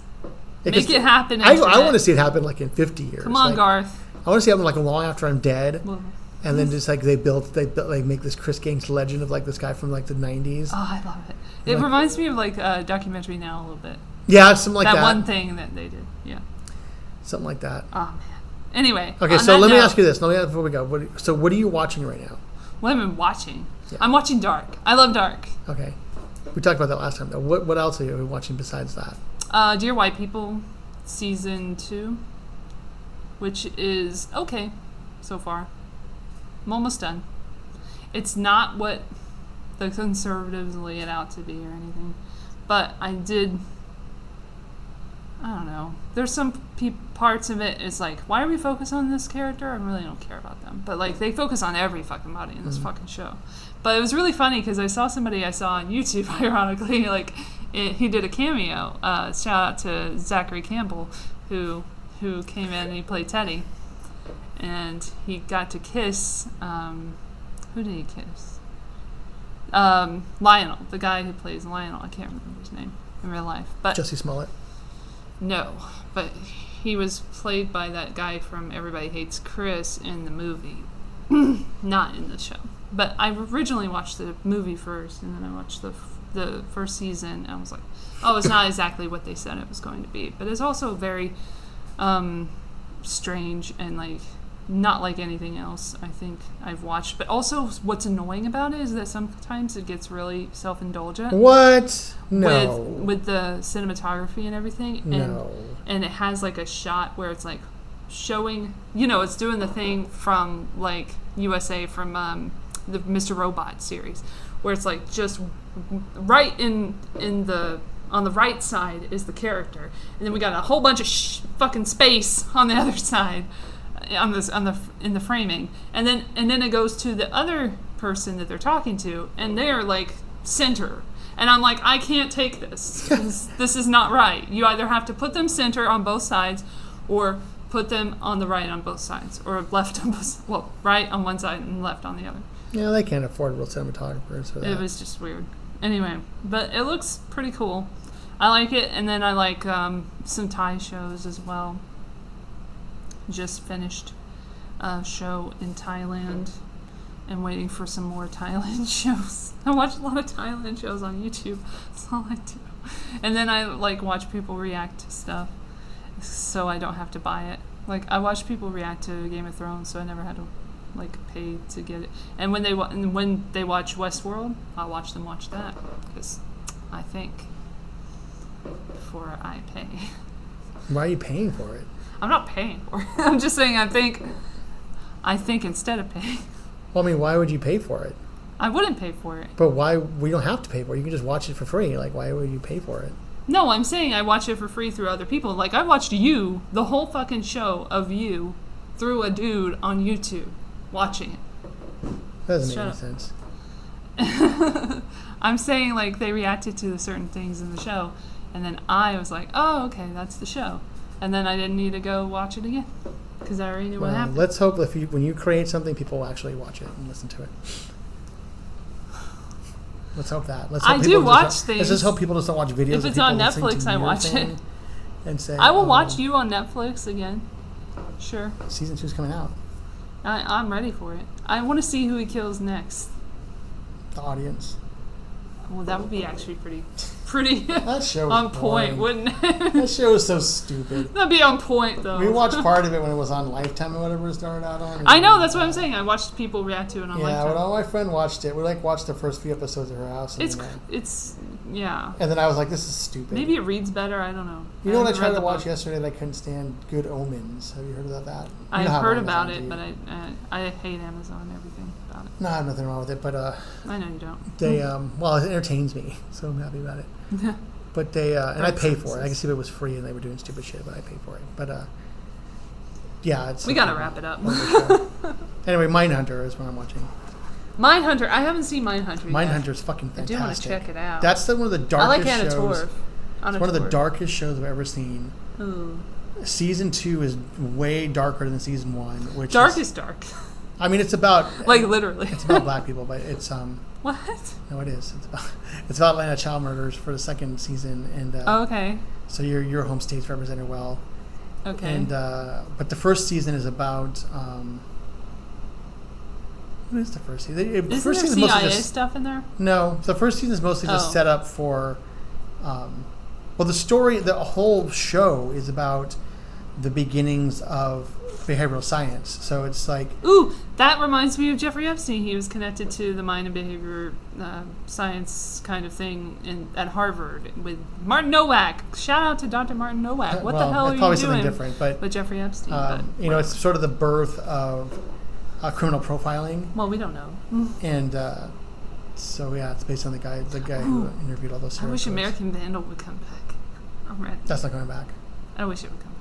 I know it fucked it up, but like, wish it would come back with a better season. Yeah, no, they're done. Man, that last season was just They're done. Tarded. It was tarded. I'm gonna start saying tarded. Don't start saying tarded. Okay, I won't say tarded. I tried it out. It didn't work. Don't start saying tarded. You're gonna get me too'd. You're gonna get me tarred. Yeah. Good times. But anyway, yeah, Mindhunter, good show. Okay, so I think you'll enjoy it. Who's gonna mysteriously die this week? Coming up this week. Let's see if we can figure it out. Bernie Sanders. No, I don't know. Oh, that would be really sad. They would I really would be make really the most tragic. of that, I'd be sad about that. But again, it'd be one of those things that surprise me. No, I just mean like in general, like that would be a sad event for a lot of people. I would be sad about it. I think it's important to have people like that around, because but people ask me like, who's going to win 2020? I'm like, Trump. And they're like, oh, you hate Trump like that. I had nothing to do with Trump. I have nothing to do with him. We're just making right. predictions. It's not whether I like him. He has stuff he needs to finish, and I think that both sides want him to finish these things, and you need a villain, so they got a villain. Oh, we should do a poll. Like, we should figure out when Henry Kissinger is going to croak. He's not dead yet? No. Jesus Christ. I know David. He's Koch a him, went. then him. David Koch went before him. That's pretty impressive. Henry Kissinger's gonna fucking. But he got one last go at the Bohemian Grove, so that's good. What was the saying? Oh yeah, so Bernie Sanders. So, yeah, I mean, stop trying to make Bernie Sanders die. I don't want him to die. I always want him to die so Elizabeth Warren can win. That's the only reason I want him to die. I think he's the only thing standing between her and the domination against Biden. I think Biden's pretty much. I don't know. Biden's like. He's fucking. I mean, if he keeps fucking up the way he fucks up, that was embarrassing. He's been embarrassing himself nonstop. I could be referring to anything. That's what's great about that. Calling the colored kids, the brown kids, stupid. That's my favorite. Like, come on, man. That's you got his actual brain happening there. Like, you got his actual thoughts coming out and fucking him, right? So then you have Kamala Harris, who's a pig, and I mean a literal pig, like she's a cop, and you have she takes money. I mean, she smokes weed. That's cool. Who else is left now? I know some people dropped out. Some people like Klobuchar. Some people like Tulsi Gabbard. I personally don't think any of them are qualified to be a president just yet. Well, look at who's president now. Qualifications. Yeah. Well, no, but again. He has the fame. He has the charisma and the fame to do it. He's a businessman. He understands money and finance, and he's a villain. And I think we needed a villain there. I think we needed someone who could. Bernie Sanders is not going to fucking deport 6 million people. You know what I mean? Like, it's not going to happen. You know, and it's going to cause a problem. And it's going to get people. No, he's going to fuck things up in a different way. No, Bernie. I think once Trump is done, the country will be ready for another. Like he would. Like another like Jimmy Carter type. Like, it'll be ready to reset. Yeah, we need another Iran hostage. Well, situation. But I don't mean in terms of what Carter did. I mean just in terms of that kind of person. So it's like they will need a palate cleansing after Trump, and they'll be able to get it. Just like Obama was supposed to be after Bush. I'm still rooting for Giant Meteor. I'm going to leave on that note. You would love... Elle, you love being alive too much. You have absolutely no interest in dying. You love everything about living. Look at you. You love watching YouTube. You love music and movies. You love as much as I complain about YouTube. Videos. You love your podcast. You like making music. You're a creative person. You love being alive. Stop it. Like everybody, like I've met people that don't like being alive, and they're not like you at all. Like, we wouldn't be sitting here talking about this shit. I can tell you that right now. Like, you'd be just in the corner crying every day, drunk off your ass. Like, it wouldn't even be. Like, I'm numb. Well, everybody's numb. That's just part of it. Well, at the moment, I'm numb. Like, I cry sometimes just out of nowhere. Wow. Because of my depression. If I cry, it's because of something happening to me. I'm not one of the people that weeps at the state of the world because I don't give a fuck about it. But it's like well, I cry when I feel like I've annoyed someone. And that's like all the time. Well, okay, then stop annoying people. I try not to, but then I can't. Or just annoy them and say fuck it. Like either way. I know. I get really in my head about it. Well, don't. That's the easy way. That's the easy answer. Don't. Be annoying, everybody. Be fucking annoying and own it. Yeah, own your annoyance. Own it. Annoying. Fuck people, dude. Personality. Like I come on this podcast, I say exactly like what I'm thinking sometimes, and some of it's amped up because we're it's entertainment. But yeah. I have my own radio show. I wish more people would listen to our fucking I don't. I really don't. No one else listens to this. But I have my radio show. Okay. There were two versions of me. There was Dixon who was on the air, and there was me. And people would sometimes confuse those things. I actually have listeners, and they. You actually have listeners? I did. I had listeners. It was really odd, right? I mean, I was there for 13 years. I had don't. some fucking listeners. But you do. I did. I don't know how. I wonder if I would have them now. I don't know if I would have. Could you bring them to us? I could think. No, they wouldn't listen to this. I could think that. No, because this is way too political for them. But I think that. Everything's political now. Well, I know, but I think people don't want to listen to politics on the air. I think they want to hear other stuff. They want to hear what they want to hear. No, they want to hear something that takes them away from all of the stuff they hear every day. So it's like that wouldn't be. That can't be true if there's a bunch of podcasts that are political in nature that are doing very well. Well, but those guys are one of which is Joe Rogan. Well, but Joe Rogan's Joe Rogan, and plus he's been around for 20 years, so he has. It takes a second. And he was famous first. Yeah, it takes a second. He was on TV. I ain't famous. He was a sports guy, right? So it takes time to get up and do those things. Like 20 years from now, if you're still pondering with 0 listeners, I would think about doing something else. But yeah, fuck that. I mean, for my listenership, we did all right on the last one. Yeah, I mean, to get to 50 listeners for me for every show took me about 5 years, and we've been around for 6. I know, but off and on. But I was like every day 3 hours. Off and on, exactly. I was every day. Got to be dedicated. And I'm just too lazy to have a podcast every week. Sorry, guys. But see, what you should do is do it live. Like that's how I never record. I don't know how to. I'm straight up gonna tell you the truth. I don't fucking know how to do this live, and I don't know if I have to pay for it. You no, I mean like on my web hosting site. If you weren't so political and conspiracy driven, I could hook you up with a server, but I can't do that because the show that I would hook you up with, it has nothing to do with politics, and like they wouldn't like the show. So, but I'll probably end up being on that network at some point. If I do, then because I've been on the network before, and they keep bothered me to be on the network again, and I keep saying no because I just don't. I don't have the time right now, the patience to do this by myself, and it would be by myself because I don't have a partner anymore, and so like that would be when I do my show, I require a lot of prep because of the way the show is, and like I'm super. I know I'm not on your show, but I'm super into segments, and I'm super into timing. And so I have to plan it all out. And like that, when I think about doing that, it makes me so tired that I don't want to do it. And then I think like, well, I used to have someone who would help me with that stuff, but they're not around anymore. So like I don't have someone to like sit and say, let's map this out. Let's just give you the signal. So when it's time to like move out of the segment, you can move out. And, but what's a lot easier now, and you should look into this, and I'm telling you this, backhandedly tell you, like, if you want to do it, this is how you do it.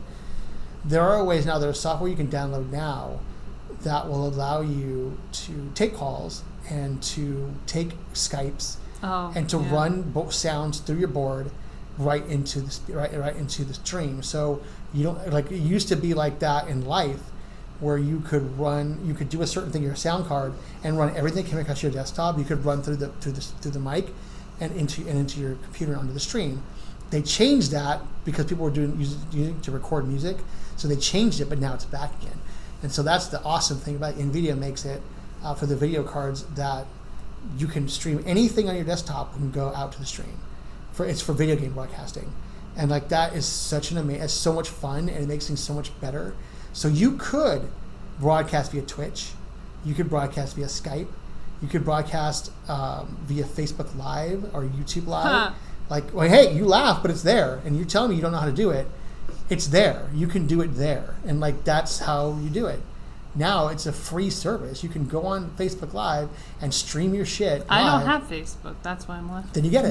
No, I don't. Okay, then you don't, but then you lose that avenue.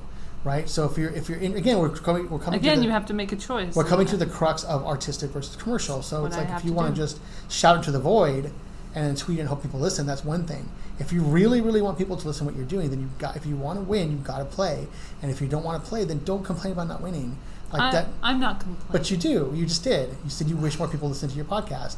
And then Just in general, like people that I know, not because people out there. I mean, but people you know. People I know will say, "Oh, I'll listen to your podcast," and I'll go check the numbers, and like they did. No, they won't, because Twitter's, So- first of all, Twitter's dead. Secondly, it's like, why? Who's fucking looks at it? Literally, like writing down the address for them to like check out the. They're not going to website. do that. Who's going to go type it in? They can just go to Facebook and click on a link. Like, why are they going to go write something and type it into their computer? They're not going to do that. They're going to go to a link. They're going to see it. They're going to see it there and click on it. You have to make things easier. I mean, people to like do it. I meet at work and whatnot. Right, and you say, here's my page. Like, go here. You don't. I don't tell give them a them link that. to the podcast. You give them a link to your page where they can get information about it.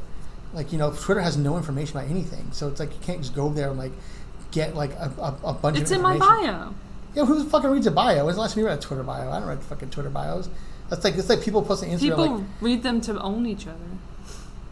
Actually, Twitter's fucking dead as dead, dude. Like, no one gives a shit about it. Like, no one cares about Twitter. Anyway, before we both melt into the oblivion, let's wrap this fucking thing up. Okay, so summary. What's going on with you now? What's going on with me? I watch a brilliant show on YouTube called Hot Ones, which I really love. It's about a guy who's an interviewer. I think we've all heard of it. Oh, you have? We've all heard of it. I didn't know you watched it. I see it trending sometimes. Oh, yeah. So we've all heard of it. But anyway, in case you haven't heard of it, it's a brilliant show. The guy's a brilliant interviewer. And the gimmick is awesome. Like the hot chicken wings, or vegan chicken wings, until Who's eating vegan chicken wings? The last one to eat a vegan chicken wing was I was Weird wondering Yankovic. about that. Al was on there. Yeah, Weird Al Yankovic Okay. vegan chicken wings. Kristen Bell. Shout out to Al. Kristen Bell ate vegan chicken wings. Billie Eilish ate vegan chicken wings. Yeah, I saw that. Trending. Yeah, so they eat chicken wings and vegan chicken wings, an increasingly hotter scale of hot sauces until they're burning up. And then he asks them these really pointed questions, like gentle questions, but still questions you want to know the answers to, which is fun. And intelligent questions, which is really interesting. And he's so deadpan, he injects almost no emotion into what he's doing. Like, it's such an interesting interview tactic. And then at the end of every season, he does like a little wrap-up thing about questions and like just addresses the questions that fans have head on.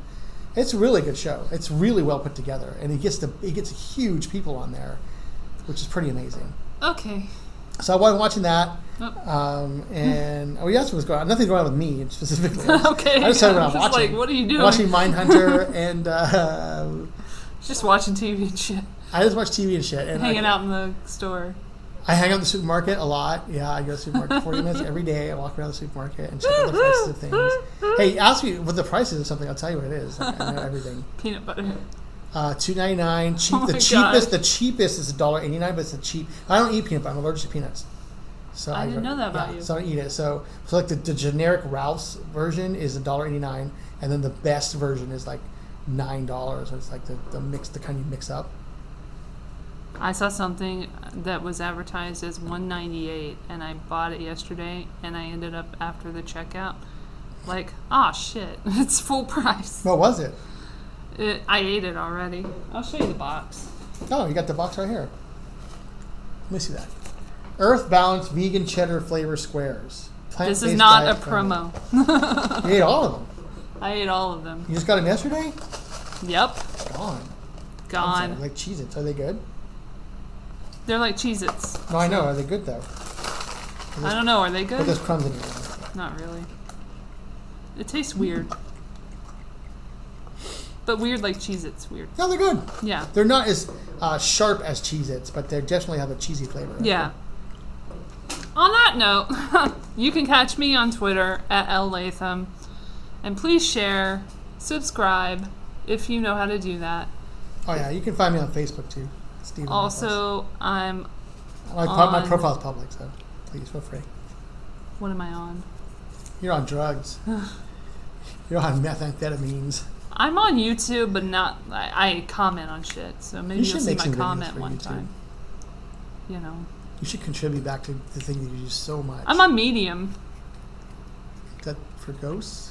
No, it's like I know what it is. I'm just kidding. blogging. It's like a thing. HuffPo for journals. Yeah, I have a couple of articles on there, and then I have Minds, but I don't use it, so fuck that. Minds? Yeah, that Minds website. I don't know what that is. Exactly, nobody does. It's Anyway, like M-I-N-D-Z? no, there's an S at the end. M-I-N-D-Z-S? Yep. All right, bye-bye. Love you guys.